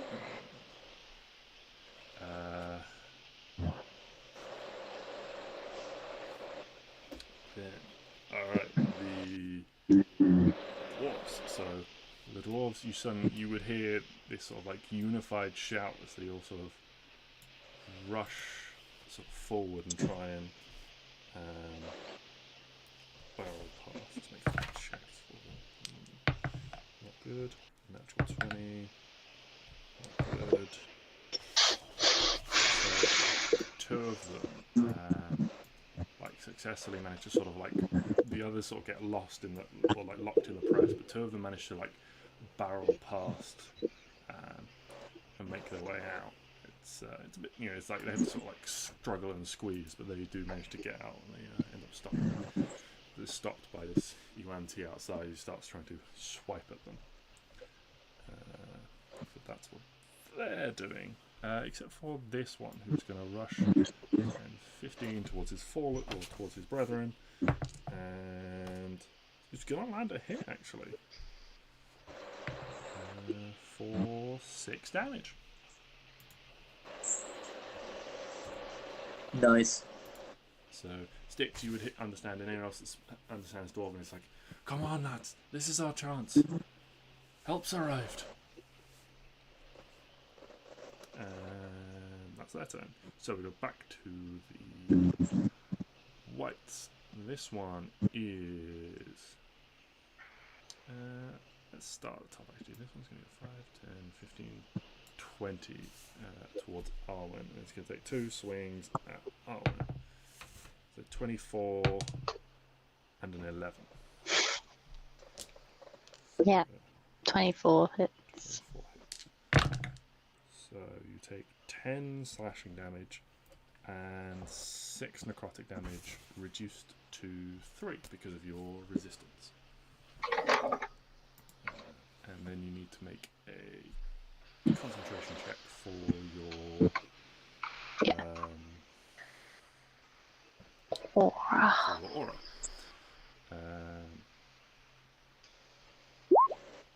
18. Unfortunately, not enough. Your aura fades. 18? So 8. Sorry.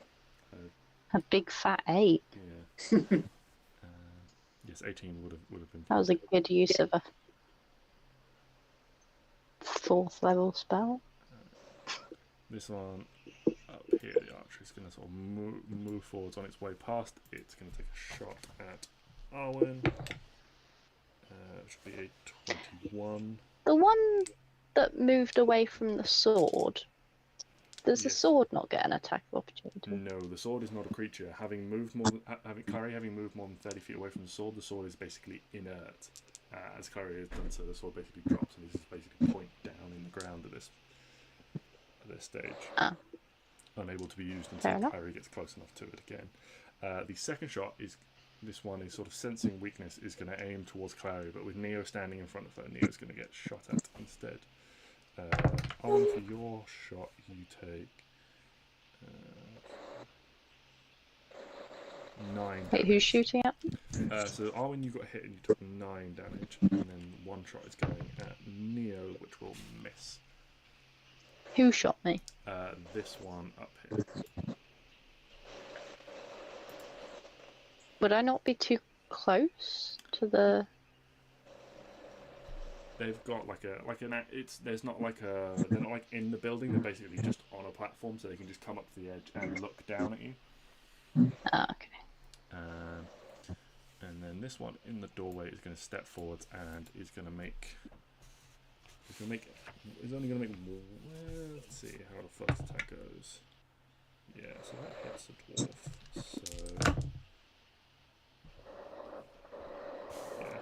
So this one comes out and just where this dwarf is unarmored and unweaponed, just comes in and just strikes at it and cuts this one dwarf down. Is he dead, or is there the chance that he might not yet be fully dead? I'll say there's a chance he's savable if you wanted to, but it is slim.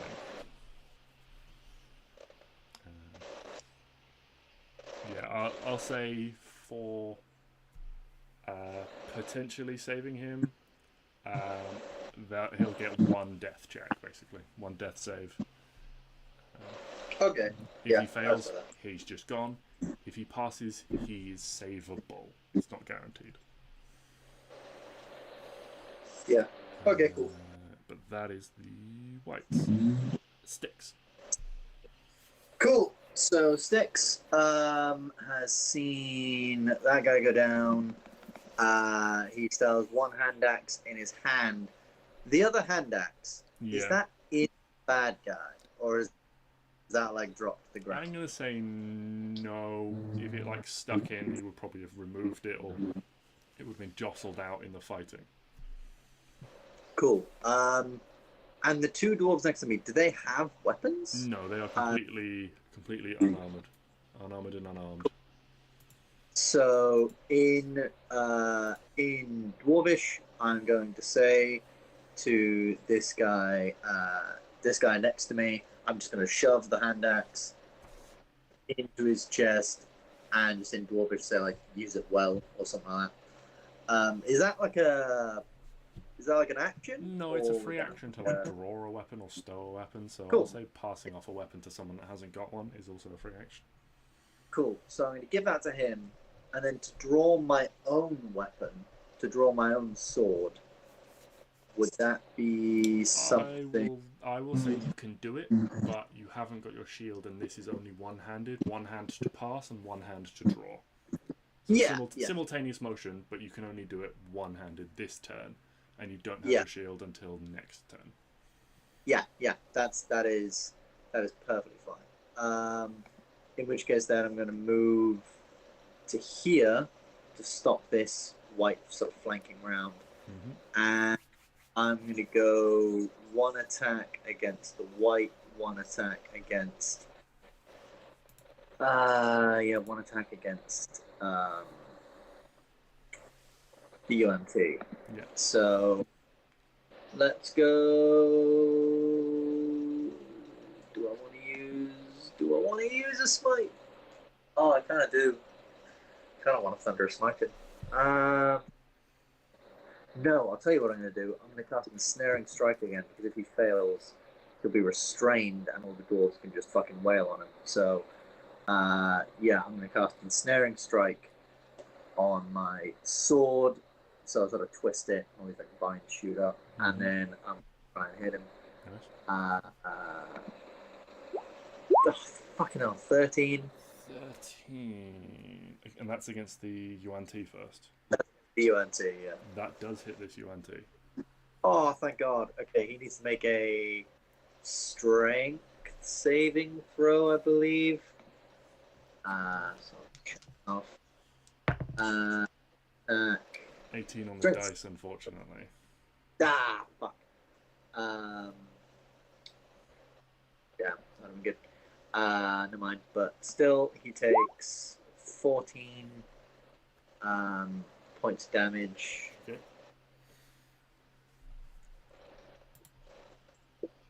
Additional 14. This guy's taking a little bit of damage so far.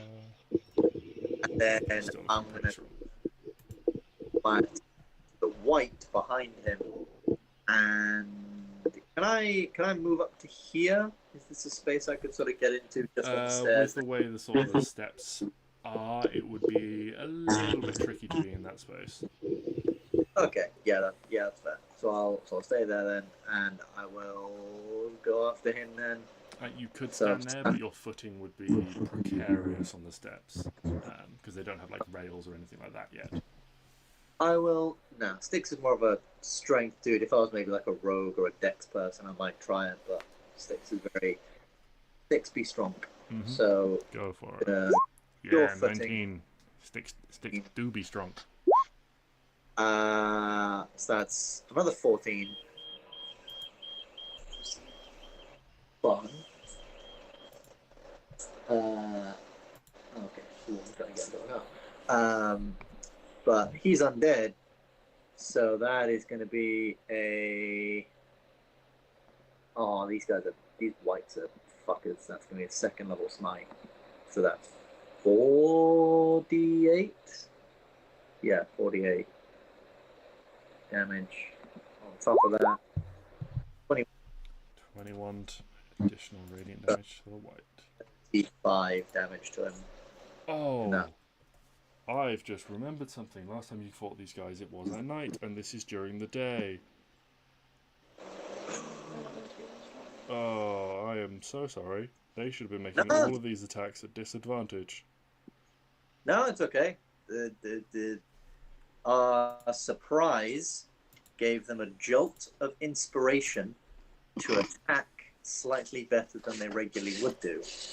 But now that adrenaline is wearing off as they are seeing the effect. I remember to make a point about the sunlight and everything beforehand, and I was like, right, when it comes to it, and I got all excited and forgot about it when it mattered.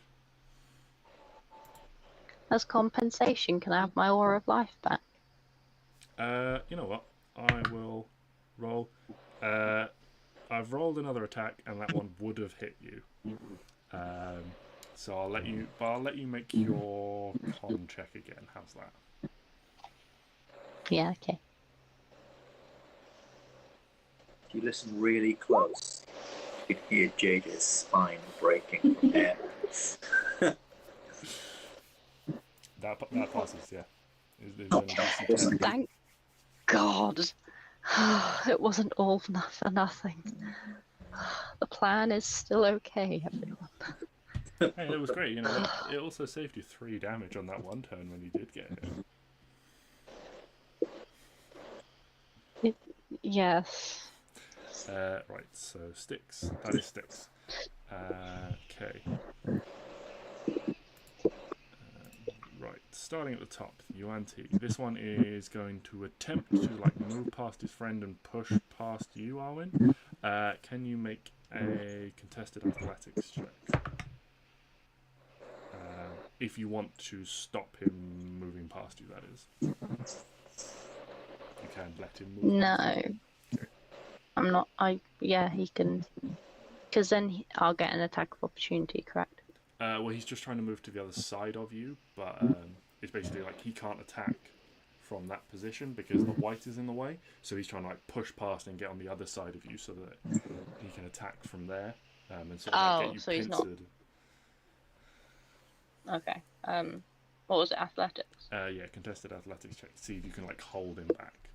25. Yeah, he tries to rush in and push past the white and push past you, but sort of the white as you're striking out, the white moves back and sort of moves into his way and blocks him slightly, and so when he gets past, he hasn't got momentum and you shove him back. So he's unable to move in and actually get to you. The other one is going to take an attack against, or take 2 attacks, against you, Stix, because you try to instead strike it. That is a 7 and a 17 to hit. Miss. Both miss? Mm-hmm. Yeah, so 6 strikes, and it's almost the strike is coming as he breaks free of the entangling strike, and it's just enough to slow him down.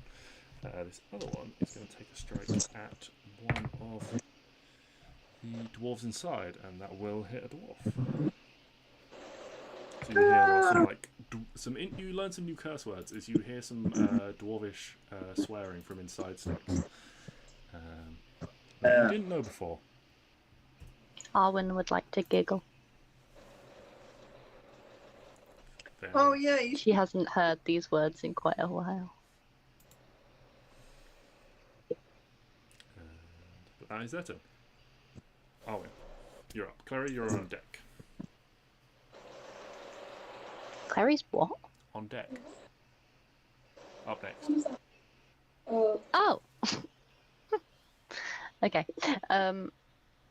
I am going to get my fire child out Okie dokie. because I need to.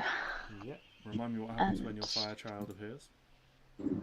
I need to move her. I just need to make sure I'm putting her in the right place. Each creature within 10 feet of the spirit must succeed a dex saving. Wait, yeah. Dex saving throw against your spell save DC. Yeah, she can go there then. That's 2 failures. Excellent. Good. I'm so glad. Also, cast spell that does 5 damage. Okay, so it's going to do that, but also that. So 8, 9, 10, 11, 13. Okay. 13 failures. What's the additional d8 for?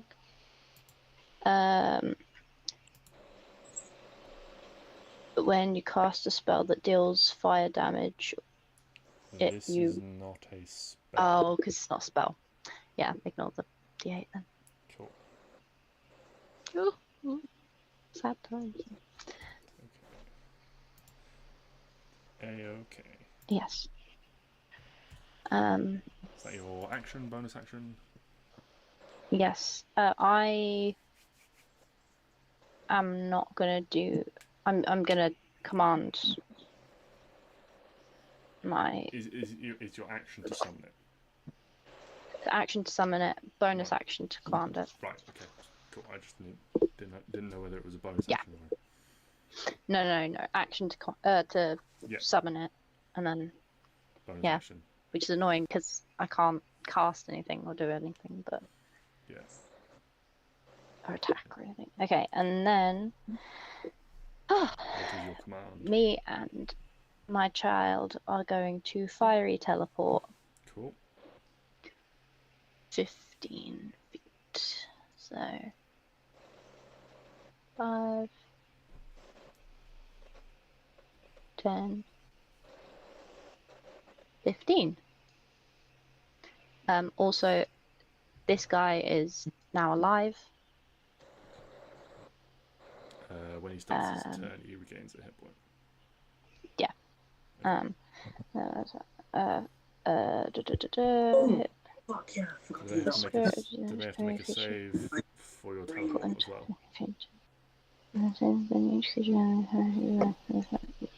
The ones that we went away from have to make another dex save, yes. Okay. Yeah, they are both going to fail. Again. Excellent, good. Rolling bad on the dex saves. So 1d. 3 plus 3, 4, 5, 7. 7 damage. It's 3 plus proficiency bonus. Cool. Seven. Nearly finished them off. Okay. And then any movement. That's all you've got left. Oh, yes, I can move. Oh, thank fucking Christ. Okay. So I will go. I still need to stay within 30 feet of him. So 5, 10, 15. I'm just going to go here. Cool. And Okay. my fire babe's going to go here. Oh, technically I could go wherever I want because the fire babe... Ooh. I'm over here. Right. Carry on. Cool. I'm Clara. done. Good times. Klari.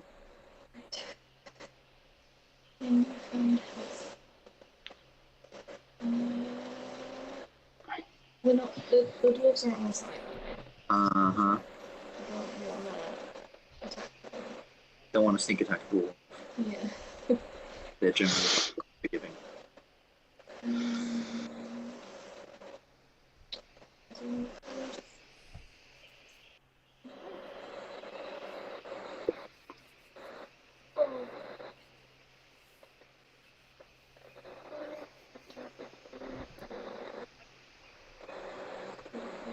We can stand on dead bodies,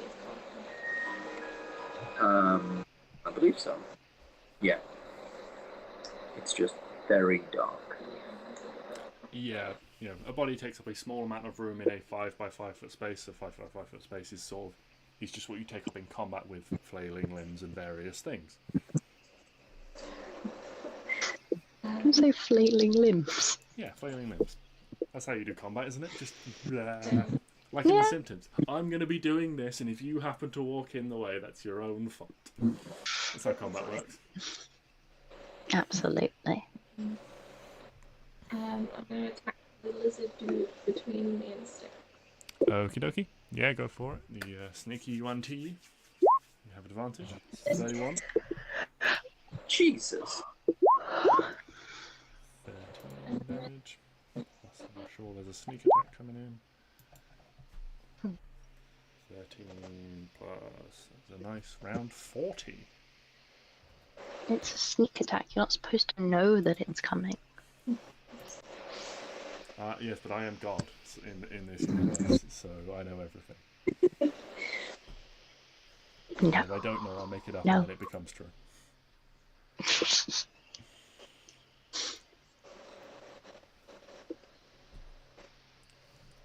Yes, Clary, you rush in and as this catching this Yuan-Ti off guard, dealing this fairly devastating strike to it. It's you can see it's like one of its hands sort of like clutches its side, and there's a large amount of blood leaking from the wound. You've clearly hit something quite vital.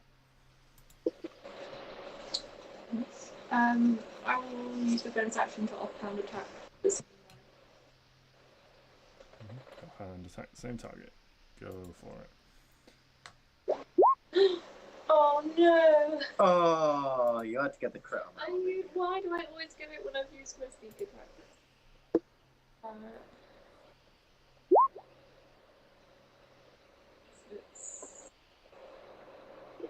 This confuses me. It is his deck. Yeah. Yeah, 1d4 plus 5, which is your dex. So that's, yeah, so 2 plus 1. So it's 3. 3. 3 damage. So that's a crit, 3 damage. Oh, Clary with the big numbers. That is, however, enough to finish off this. It was barely clinging to life. The offhand attack.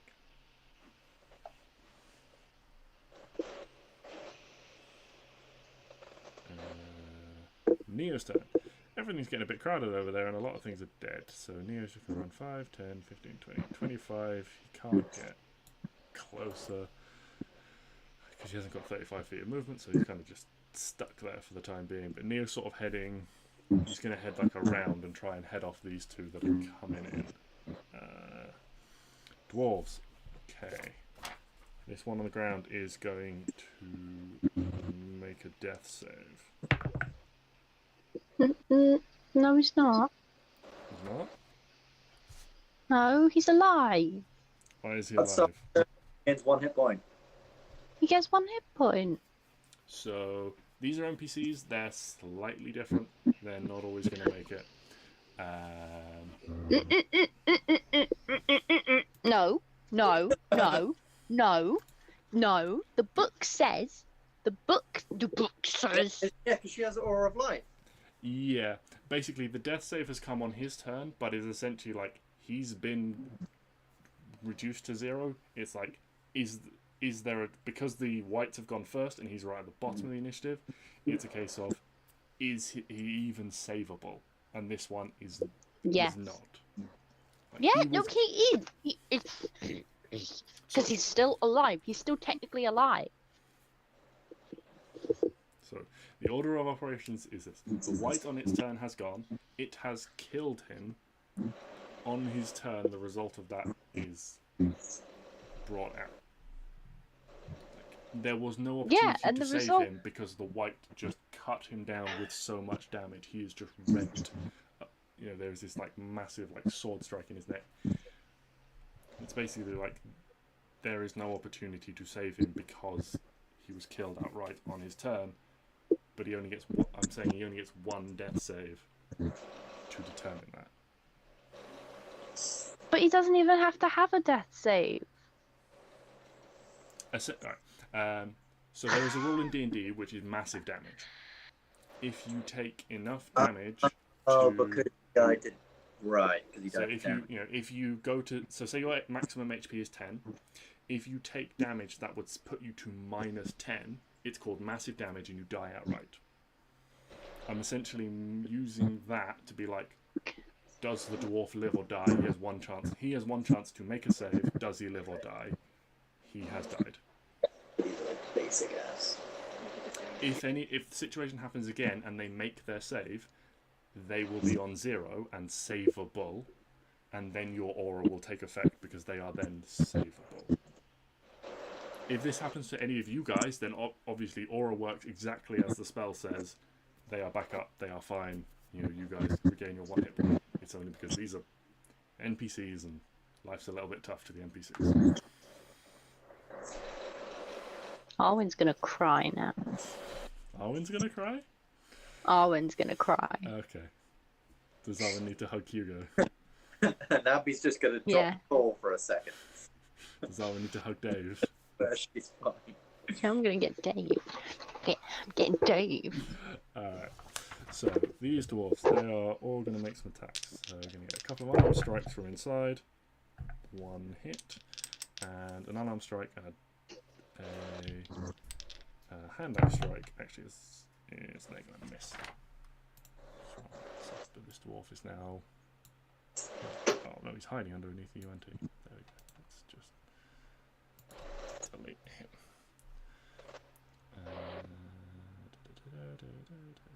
So...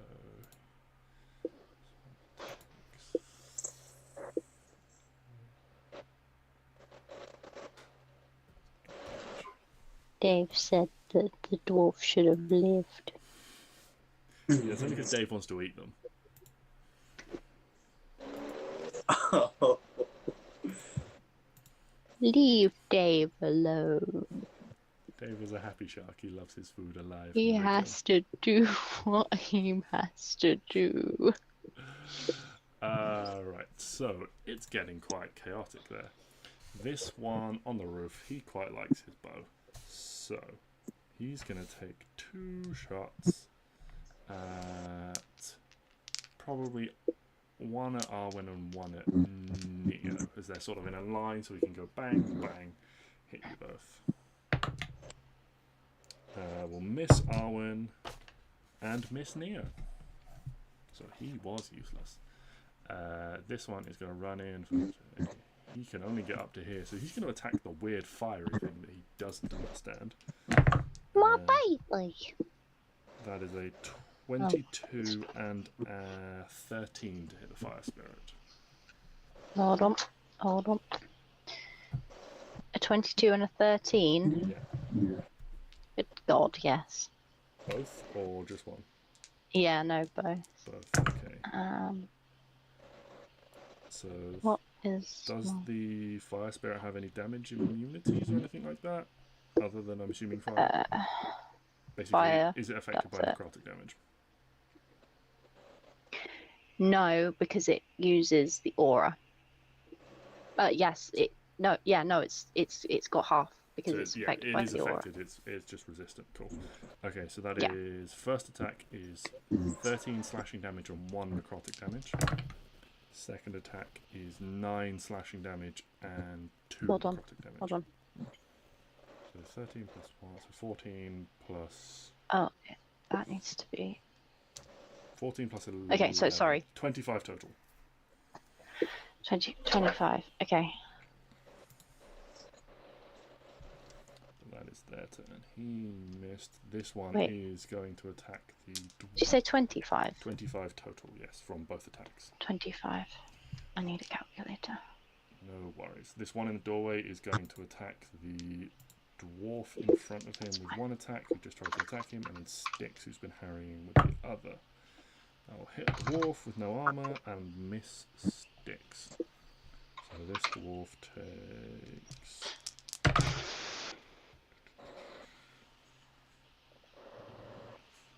9 necrotic half to 4 plus 15 he's already taken some damage.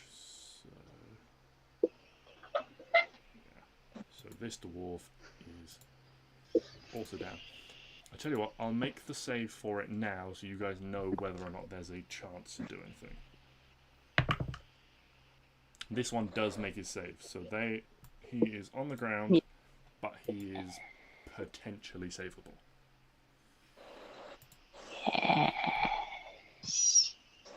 Fantastic. We've intimidated you into it. Stix. Stix, my boy! What are you doing there, son? Well, very interesting question. This white still looks like he needs a smacking. However, Hey. Klari looks like she's in a position to maybe get harmed by many of them. And that's But she won't die. She won't die? Oh, that's true. I guess I can like feel your aura. She'll get knocked down, and then get up again, and then get knocked down, and then get up again. She'll be fine. Gonna keep her down. She gets knocked down. She'll get up again. No one else gonna bring it down. That was fun. Okay then. With this new bolstered aura of life, I'm going to just kind of pull out my shield now, actually. Just sort of chunk out the shield, and then go hang on this guy. Overhead whack. 14. Fuck. 14 misses, unfortunately. These guys are more armoured than you and T, slightly better combatants. That was just in preparation for the spin attack. There we go. 19, that will hit though.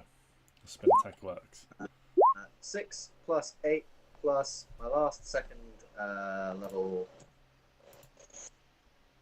Yeah. What? Okay, No. second level Divine Smite, roll me 48. I don't want to measure anything. There we go. Yes, 4d8. 14 damage so far. For 35 again. total. Yeah, missed the first one, but I just sort of used my momentum to spin, slash across the sort of like helm or something with the divineness. And then I would like to use my bonus action. Have you been... no, Arwen's not even here. I can't even see Arwen. Where the fuck did Arwen go? By the step... They're not steps. I'm down 1, 2, 3, Oh, 5 away from Neo. Oh, yeah, you're like way down there. Shit, I was zoomed in so much.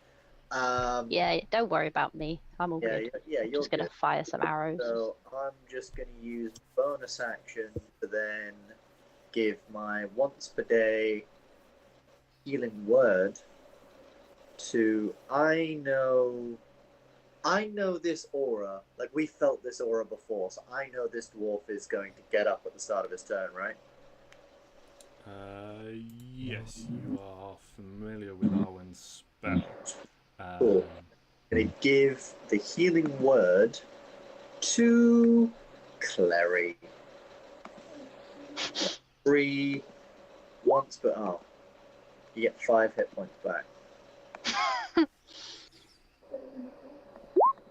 Better than a poke in the eye with a stick. You know what? There's a lot of things, JJ. A heck of a lot of things that are better than a poke in the eye with a stick. Name one. A poke in the leg with a stick. You got me there. Anything else on your turn? Nope. Cool. That Okay. is all good and done. Okie dokie. In which case, one inside is sort of feeling the press and is going after. Ah, no, I've dropped my dice on the floor. So, oh yeah, that's gonna hit, and that one will actually miss. You hear another like shout and a curse in Dwarvish. Ooh, that's a lot of damage for a dagger.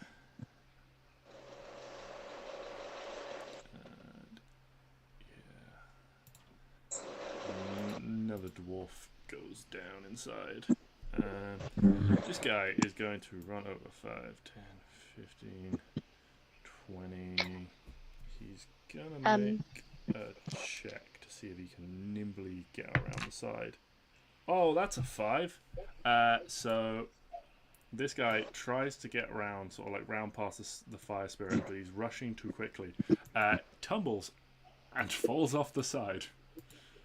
Love it. So he's going to takes 9 damage as he falls to the ground and lands prone. Idiot. So that's it. That's what they do. Arwen, you're up. Klari. Can the dwarf that's inside do his roll? Oh yes. Let me do a roll for him. That's a 3. He is deceased Is beyond he saving. dead? He is deceased beyond saving. Fuck's sake. Also, I have a question, Yes. and you have to be nice to me. So you don't have to, but like, you know. I mean, I do have to be nice to you, but just not always. Yeah, you do. Okay, so my aura of life Yeah. is a healing. It does healing. Yes. Yes. Okay. Yes. You've said good. Good. This is a good start. I think I know what you're When about I have- to ask. My when I have my wildfire spirit, Yeah. I add a D8 to the healing. Yes, I believe you do. Yes. You can. Yes. Yes. Uh, So, I want to read. I'm just going to read the exact wording because. what it's of aura of life? Yes. No, it's not of the wildfire spirit because I Oh. think this will be a bit. While your like- wildfire spirit is summoned, roll a D8 and you gain a bonus to 1 damage or healing roll of the spell. So there's an important word there, which is healing roll. Oh shit, fuck. Shouldn't have said anything. Fuck. I was going to read it anyway.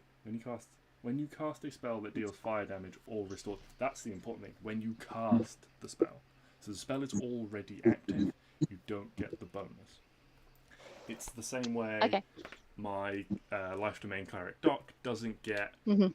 extra healing points off certain spells that heal multiple times. He only gets the extra healing once. Because can you imagine how Thought I'd ask. broken what is it, Aura of Vitality would be then if I got bonus healing every time I healed someone with it? Yeah, that'd be. Because Doc could just heal himself, it's the level of the spell plus 2, so 5. So Doc would get 50 free healing off that, Nice. Yeah. which would be broken. So broken. I mean, No. more broken than it already is for a life domain cleric. Yeah. I mean, I thought I'd ask. No, it's worth asking. But yes, Just to make sure. no, it is just the 1 hit point. It is Shame. not 1 plus a d8. So annoying. Okay, well, I'm going to shoot this guy up here that keeps shooting me. Go for it. Just because. Yeah, no cover bonus. Standing on the edge. 17 hits. Ooh. Has he been hit before? I don't believe they have. Oh, for goodness sake. No, they have So not. annoying. 19 on the first. Oh shit. It's cold damage, so I can't. Oh no, because it would be a spell anyway. 26. Plus 17. Plus 18. Yeah, good solid hits there. I think, did you get max damage on your bow twice? You did. Yeah. 37 damage, Mm-hmm. I think. Yeah. Is he dead? Can he be No. dead? No. Oh. No. Clary did something like a 40-something sneak attack, or turn with sneak attack, and one of them didn't die, so... No, the whites are quite hardy. Okay, I will now command the fire. Mm-hmm. Go for it. What's it going to do? It will just flame seed. Okie dokie. I'm guessing the one right next to it. I think it's just. Yeah, why not? Why not indeed? Sounds like fun. Alright. Roll to hit. D20. Oops. That's not going to do it. He's fine. He's fine. He tries. He does try. Does my wildfire spirit would count in my aura? Yes. Excellent. Cool. Can't I? So cute. Okay, carry on. I'm done. No problem. Okay, Karen. If that's everything from Arwen, you are.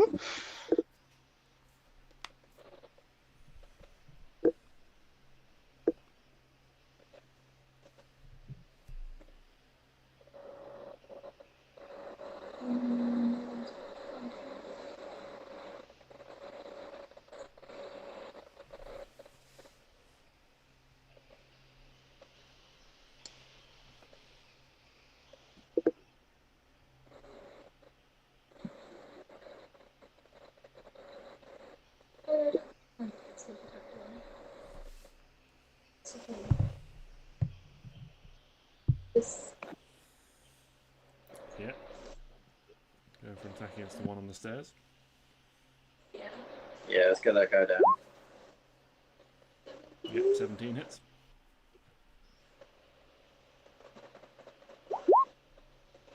Was he quite weak, really? He's taking a moderate amount of damage. If you want to, you can make like a medicine check to sort of determine how injured something is.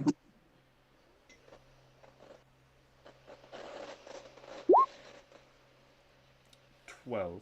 Yeah, I mean it's a little bit difficult to tell with an undead creature, but you reckon they're probably, they're moving a little bit slower. Some of the energy that's keeping them alive has clearly been drained out. They've taken some sort of like wounds and burns from the various elemental or radiant damage that you guys have been throwing out. They're still fighting, but they're flagging a little bit. They've certainly been bloodied.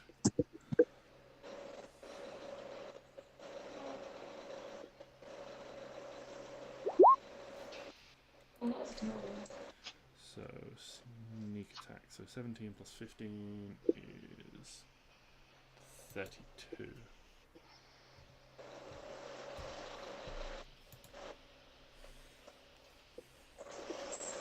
It's, again, another powerful strike from Yukari, but they are just about still standing. You can see the almost like remnant sparks of the lightning damage coming off your dagger, sort of like sparking over their metal armor. I always forget that your daggers are like. I mean, it can be a lot of things. Kyrie just likes the lightning damage.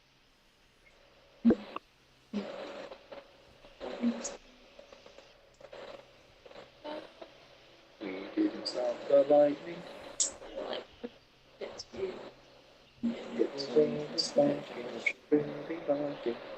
I'm going for a bonus action to disengage, and I'm just going to attack.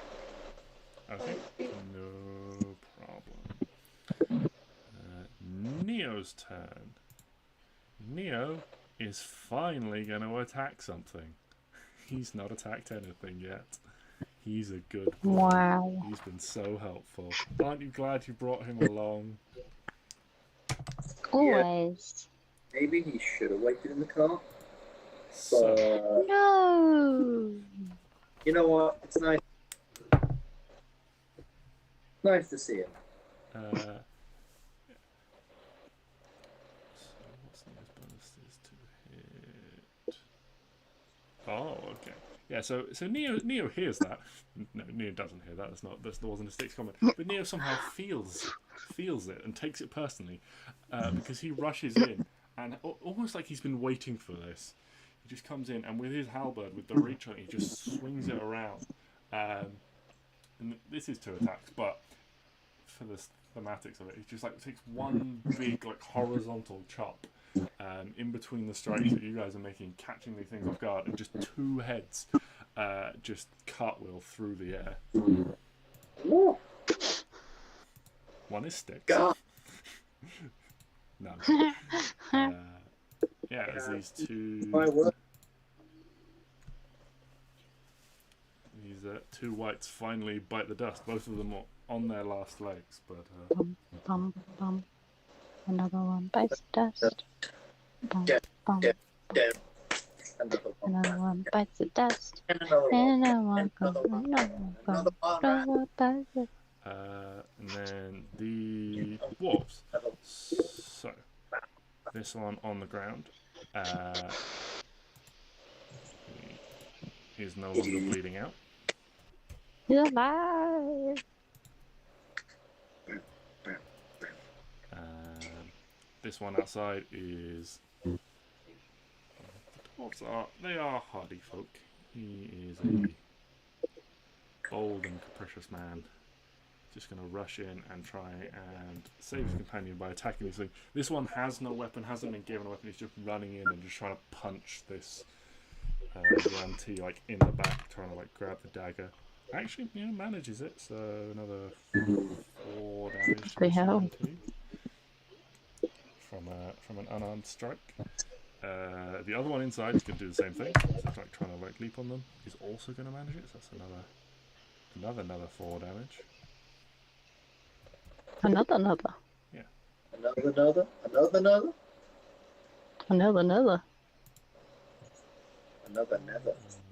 Tracker's not updating.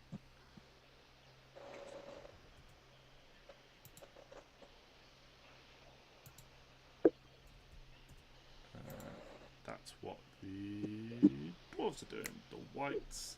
There is 1 on the roof. 2 quick shots. 1 at.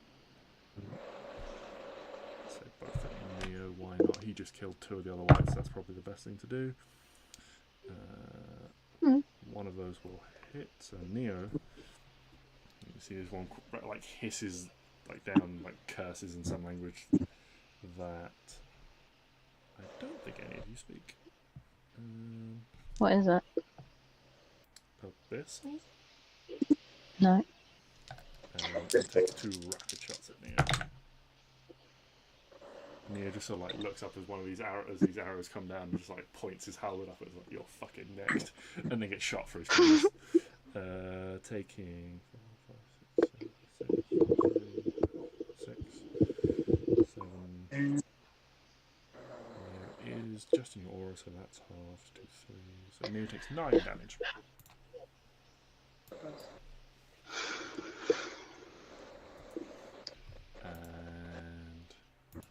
This white then sort of assesses the situation and moves like back. Arwen, you'd probably be the only one to see. They sort of move towards the back of the roof, and then like disappear. And then Stix, you would probably see that they like emerge down some stairs, or in Klari, you'd see they emerge from down some stairs inside, and are like coming down into things. Stix, you are now up. Alright, Stix is up. Stix is... so that one's gone off the edge. Yeah, I think Stix is probably just in full chase mode, I think. So this guy dealt with, he rushes in. I'm assuming this dwarf will let me barge past. Yeah. And I can head inside. And I will. What was 5, 10, 15, 20, 25. Oh, I could get to.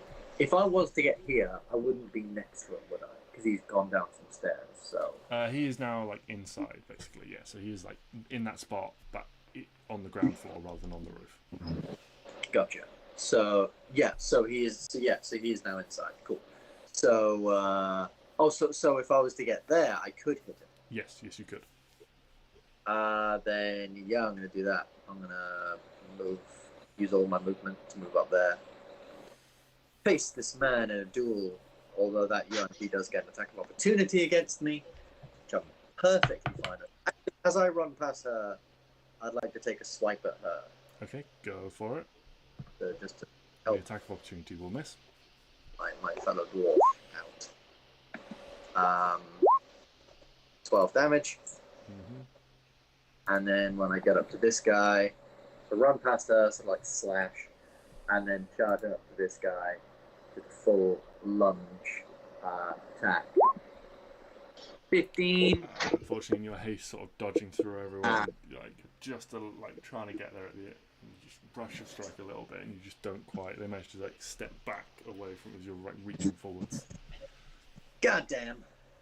And yeah, pull myself back into a readied stance, but I will use my bonus action because I know these guys can hit quite hard. Am I still in Arwen's aura? No, Yeah. no, you're a long way out of Arwen's aura there. Yeah, so knowing that these guys can deal some hefty damage, I want to He decide. would be if So, it comes from the fire spirit. When you cast the spell, that's where it originates from, and you cast the spell before the spirit was active. Oh. Fair enough. So the aura is originating from you at the moment. Okay, fair enough. actually, I'm not going to use anything for now. Just gonna, yeah. Okay. In which case, the UNT. This one inside is like, takes a look around, kind of assesses the situation. It's going to make 2 attacks. One will miss. This one is shit. But one will hit. This dwarf that's got 1 HP, having rushed in, takes another strike and hits the deck again. Hits the deck permanently. And then with the way cleared behind them, this UNT is going to go 5, 10, 15, 20, 25, 30 feet. Gets it to that position. This one, and you can hear that they're like shouting something again. This will be in Draconic probably. It's a language they often use. So Klari, you would probably hear them shouting, just like shouting out, just run, flee, give warning, get away, that sort of thing. Which one? This one is going to go 5, 10, 15, 20, 30, 5, 10, 15, and he's going to disappear off the map. Could I still see him? Yeah, we you need to get out would of be that able guy. to potentially see him, yes. As he sort of darts between the trees and things like that. Certainly not making any attempts to be stealthy at this point in time, he's just booking. So yeah, if you wanted to, they would have some cover from the trees, but there is enough openings that you can still see them at this range, because they're only 100-ish feet from you, and you've got like 600 feet of range. That's what they're doing. And it is now your turn, Arwen. Excellent. Right. Well, I'm going to shoot him because I can, Go for it. and I will. A little bit of cover because of the tree lines. Is it a disadvantage or? No, they just get a slight AC boost from cover. Okay. 19. Not enough to make it to that a 19 is not going to hit though. Roll some damage. Oh wait, what? Yeah, the AC boost is not enough. 19 will still hit. Sorry, I worded that poorly.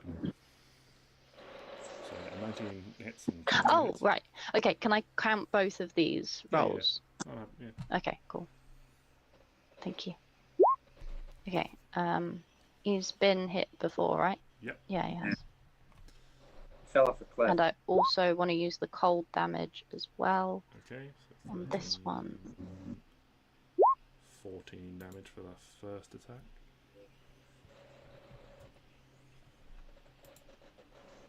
Huh? 14.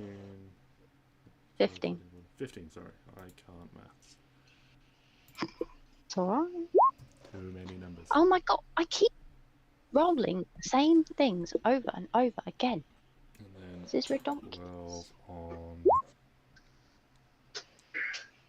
and 15 on the second one. So... I've used all my cold damage, but that's okay. Yeah, you can see these two arrows stick in, and there's like a distinctive limp creeps into his step, but he's going. If I 5, 10, 15, 16. Can I get to probably down here? Yeah, you'll have to basically drop off, which means you'll take a bit of damage and need to make a check to remain on your feet. If you jump, or you can climb down, at which point you'll only get a little ways down. I'll jump. Okay, just make a dexterity saving throw. That's the one dice to be rolling. 23. Yeah, I think you're I'm fine. making You it. take 3 bludgeoning damage as you land. 3. Yeah, 3. But you don't fall prone, Okay. so you can Okay. move at full speed. Okay. Ooh, 20. I think I can get there. I Okay. think. Probably. Well, about there. I'm basically chasing after him. Yeah. And then my fire. Mhm. There's no. Oh no, she's here. Fire baby is going to flame her. Go for it. For goodness sake, I keep forgetting what the thing is. D20 plus proficiency bonus. It is a d20. 12, so that's not going to hit, is it? That will hit, yeah. Because there's numbers Oh. on top of that.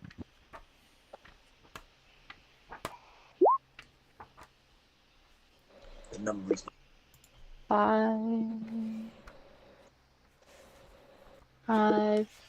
6, 7, 8, 9. 9 damage. Oh, looking real rough now. Oh, nice. Fine, your bow's got like a gajillion miles range. You'll be fine. Hell yeah. Yeah, it's your spell attack modifier on the wildfire spirit. So it's your wisdom plus your proficiency. Plus a d20 plus wisdom plus proficiency. So I think that's like plus 7 for you. Oh, yeah, I keep forgetting about that part. So it's so that would be a 19 in total from the fire Oh. spirit. Nice. Hee Klari, you are up. This one Yanti is looking real hurt now with like a big burn over the back. Their armor's all like singed and so one has started running away. Arwen started chasing that one, and there's still a white inside.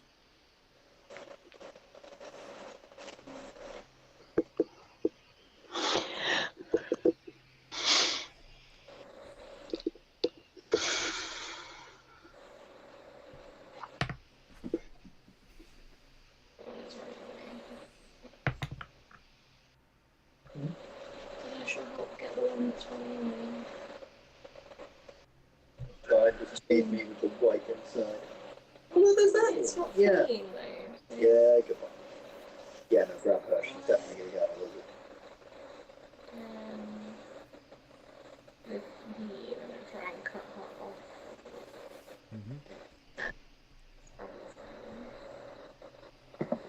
Debbie, she no webby. Yeah, 31. Oh, Cheers. this is the 31 hits of the day I capped my pass. 30 when it doesn't. Yeah. So you rush up, and she's like trying to like frantically like untie the rope for this lizard where it's tied down to get away. She rush up and just stab her in the back where she's trying to rapidly get this rope off and get this lizard free. But you stop her doing that. The lizard is still tied up. You still have your move in your bonus action, or some of your move in your bonus action left. How much time?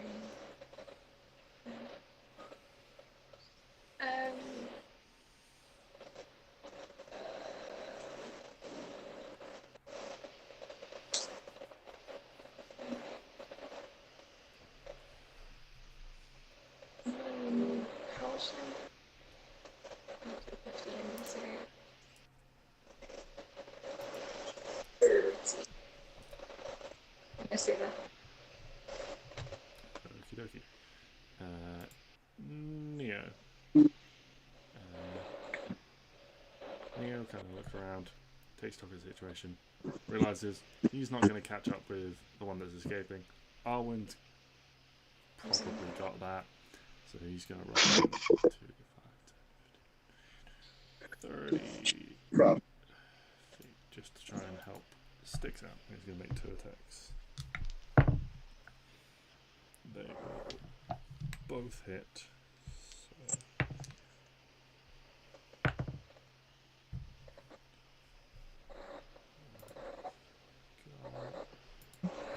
Neo, like a good paladin, is going to put in a smite.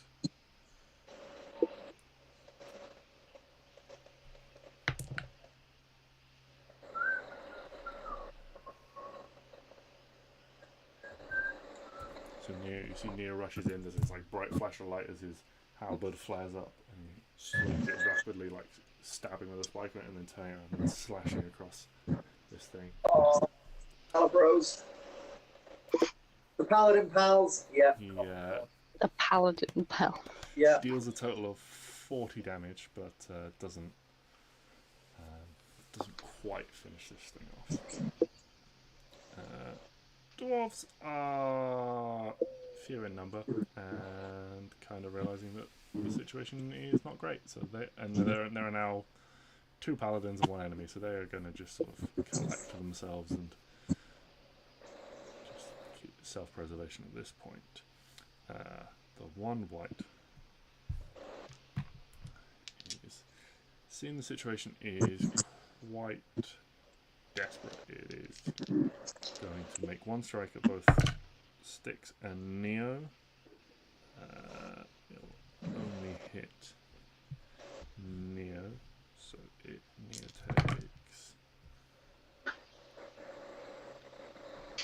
Neo takes 20 damage off that 1 strike.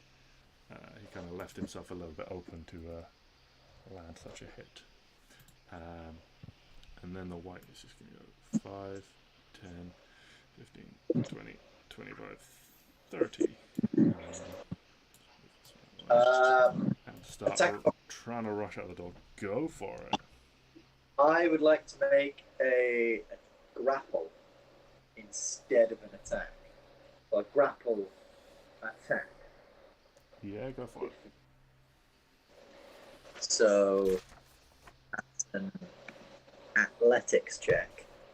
And if I fail this, I got 1 final trick up my sleeve, but a 26. I think a 26. It got a 23. But yeah, so you managed to stop it leaving you, like, kind of like grab onto its like quiver that's like on its back. I like just unthing my shield for a second, just grab him up. Just the like neck of his arm. Oh no, you don't, bitch. Which one we go to your turn, Stix? Yeah. So this guy grappled is about to get what we in the business call shanked. Literally, as I've like just got him from behind, stabbing him. So 22. Yeah. I'm so sad it's not a 29. But there we go. That is 8 12 Plus. damage. 12. Also, we're looking to be at the end of combat and things, so it's a 3rd level smite going into this guy now, just to get this done. So that's 5d6, 5d8, Yeah. 23. Ow, bit of tongue. Yeah, this sword bursts through out the back of this guy and just Yeah, just bright light. You see the dwarves in front of you sort of like shield their eyes a little bit. Yeah. Good. That thing where like I try and toss him to the side, but he's kind of stuck on my sword.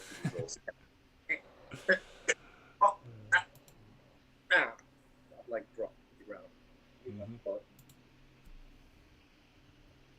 I was hoping for it to be a really impressive moment, but now there's a white stuck on my sword. Yeah. So the last remaining Yuan-Ti is just continuing to run. Gets another 60 feet away from you, Arwen. So he's now 75 feet off the map, which puts him over 100 feet away from you. It's fine. But it is now your turn, Arwen. I will then. Oh, sorry. Can I just use the rest of my movement just to run outside? Yeah. Think potentially something going wrong. So yeah. Yeah, no problem. I will then run my extra 40 feet like normal, Okay. and Yeah, so you basically get to the edge of the map and you're now considered off the map as well. 23. Yeah, that'll hit even with the cover from the trees. Oh, nice.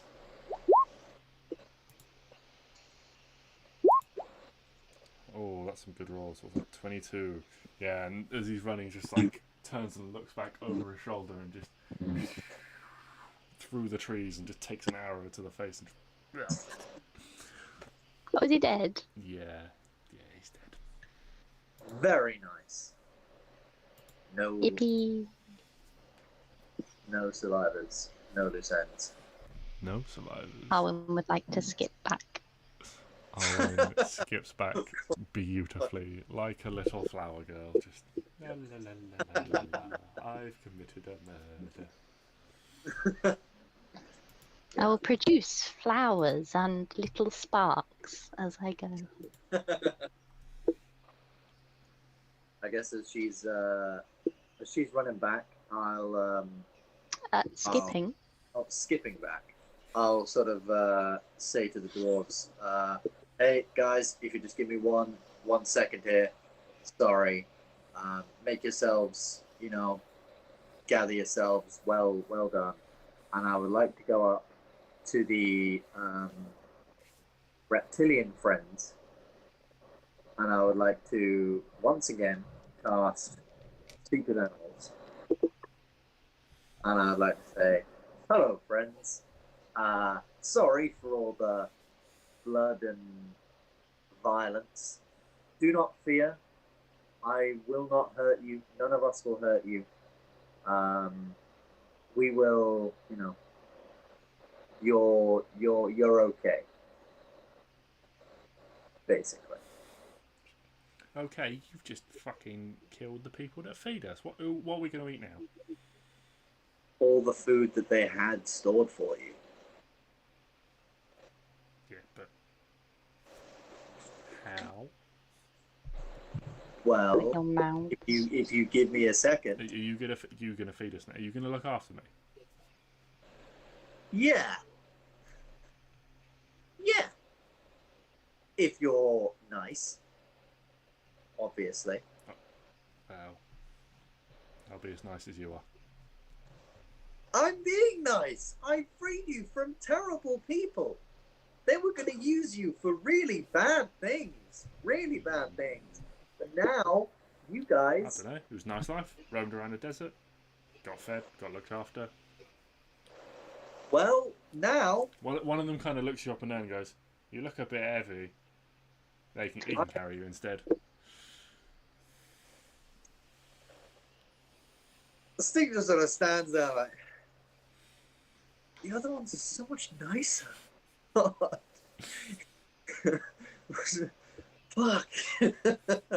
I was prepared for a nice conversation. This has not gone my way. You never know what you're going to get with Speak with Animals. So, right. You guys clearly aren't listening to reason. So I'm going to give you two options. You'll either shut up and recognize the new command, or I'll do exactly the same to you as I did with those other guys there, except you guys are edible. They're not. And he just sort of leans over to you and was like, oh, he's a picky eater, isn't he?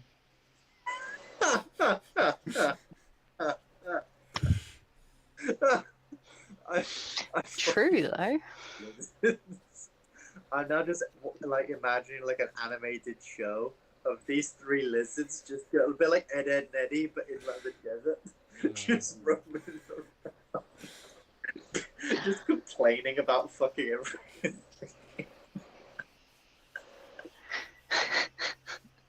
Oh, yeah. Inspiration for the DM. Yeah. Yeah, so those are the rules. You either follow orders or you become food. That is it.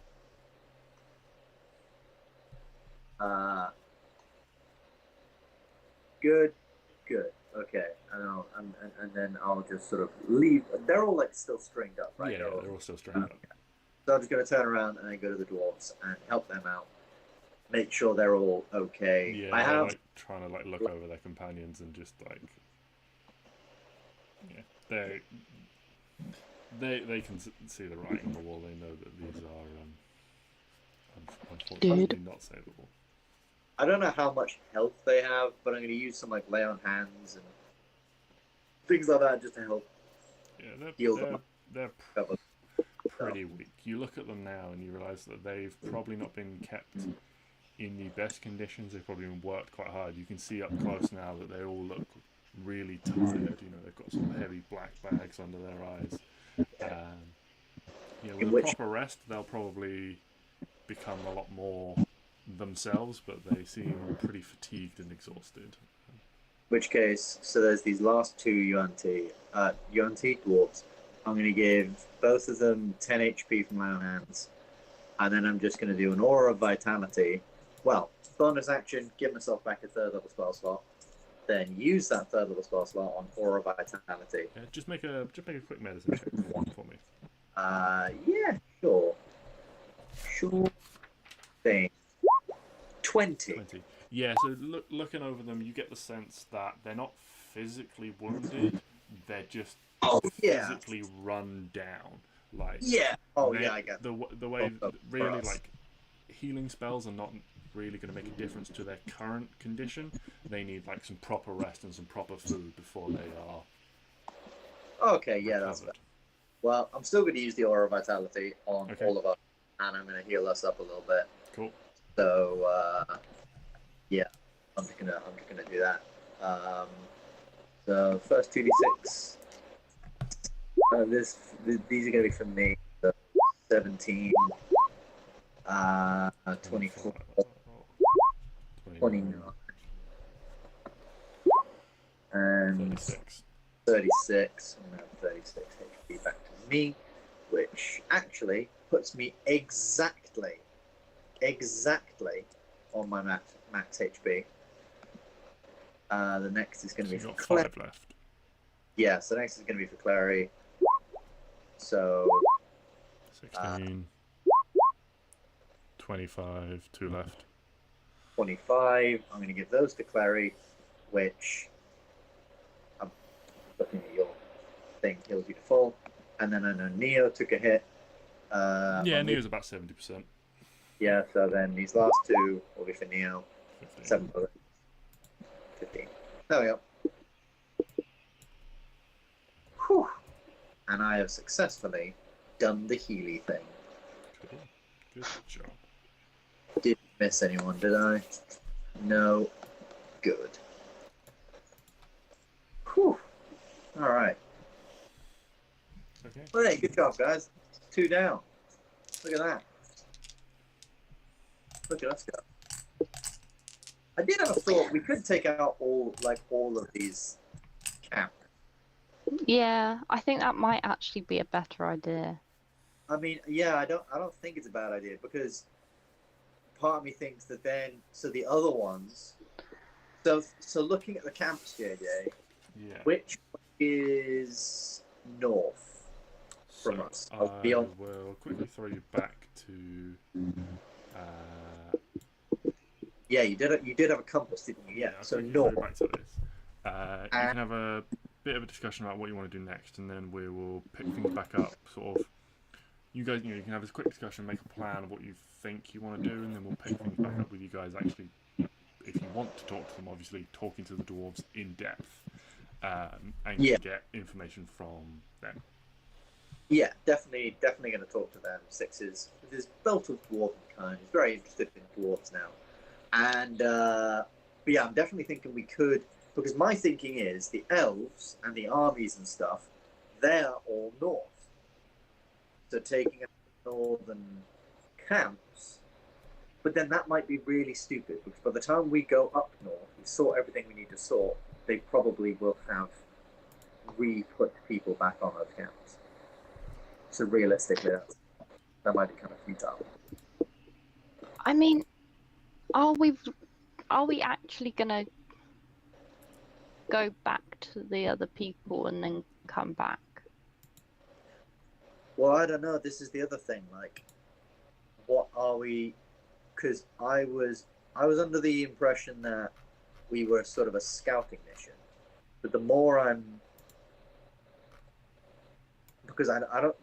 Obviously we can't take on an army. I'm not sure. We maybe could take on Balsam, though I'm not sure. So, that's my only thing. Is, I mean, if we could find a way now to get to him without, worrying about any other stuff, then yeah, maybe I'd say try and cut the head off the thing now. But if we can't, then yeah, we're gonna have to go back and then come back to the army and sort it out that way. So I guess it's all really going to depend on our infiltration and how we do with that. I don't think it's going to be extremely hard to get in on his own. Yeah. But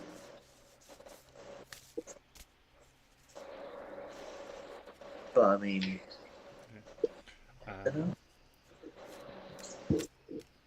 so potentially save you guys sort of going around in dead ends, and because it'll potentially be a fairly lengthy conversation with things you can learn, we're just going to call the session there, and we'll pick things up. As I say, last time were you guys talking to the dwarves because they have information for you guys to learn, but I don't want to spend sort of 20 minutes running over and rushing through that. Yeah, so sounds good. We can pick things up next week with you guys talking to them, learning what they know, and can make a plan off the back of that. And sounds good. Woohoo! Awesome. See you all next week. What was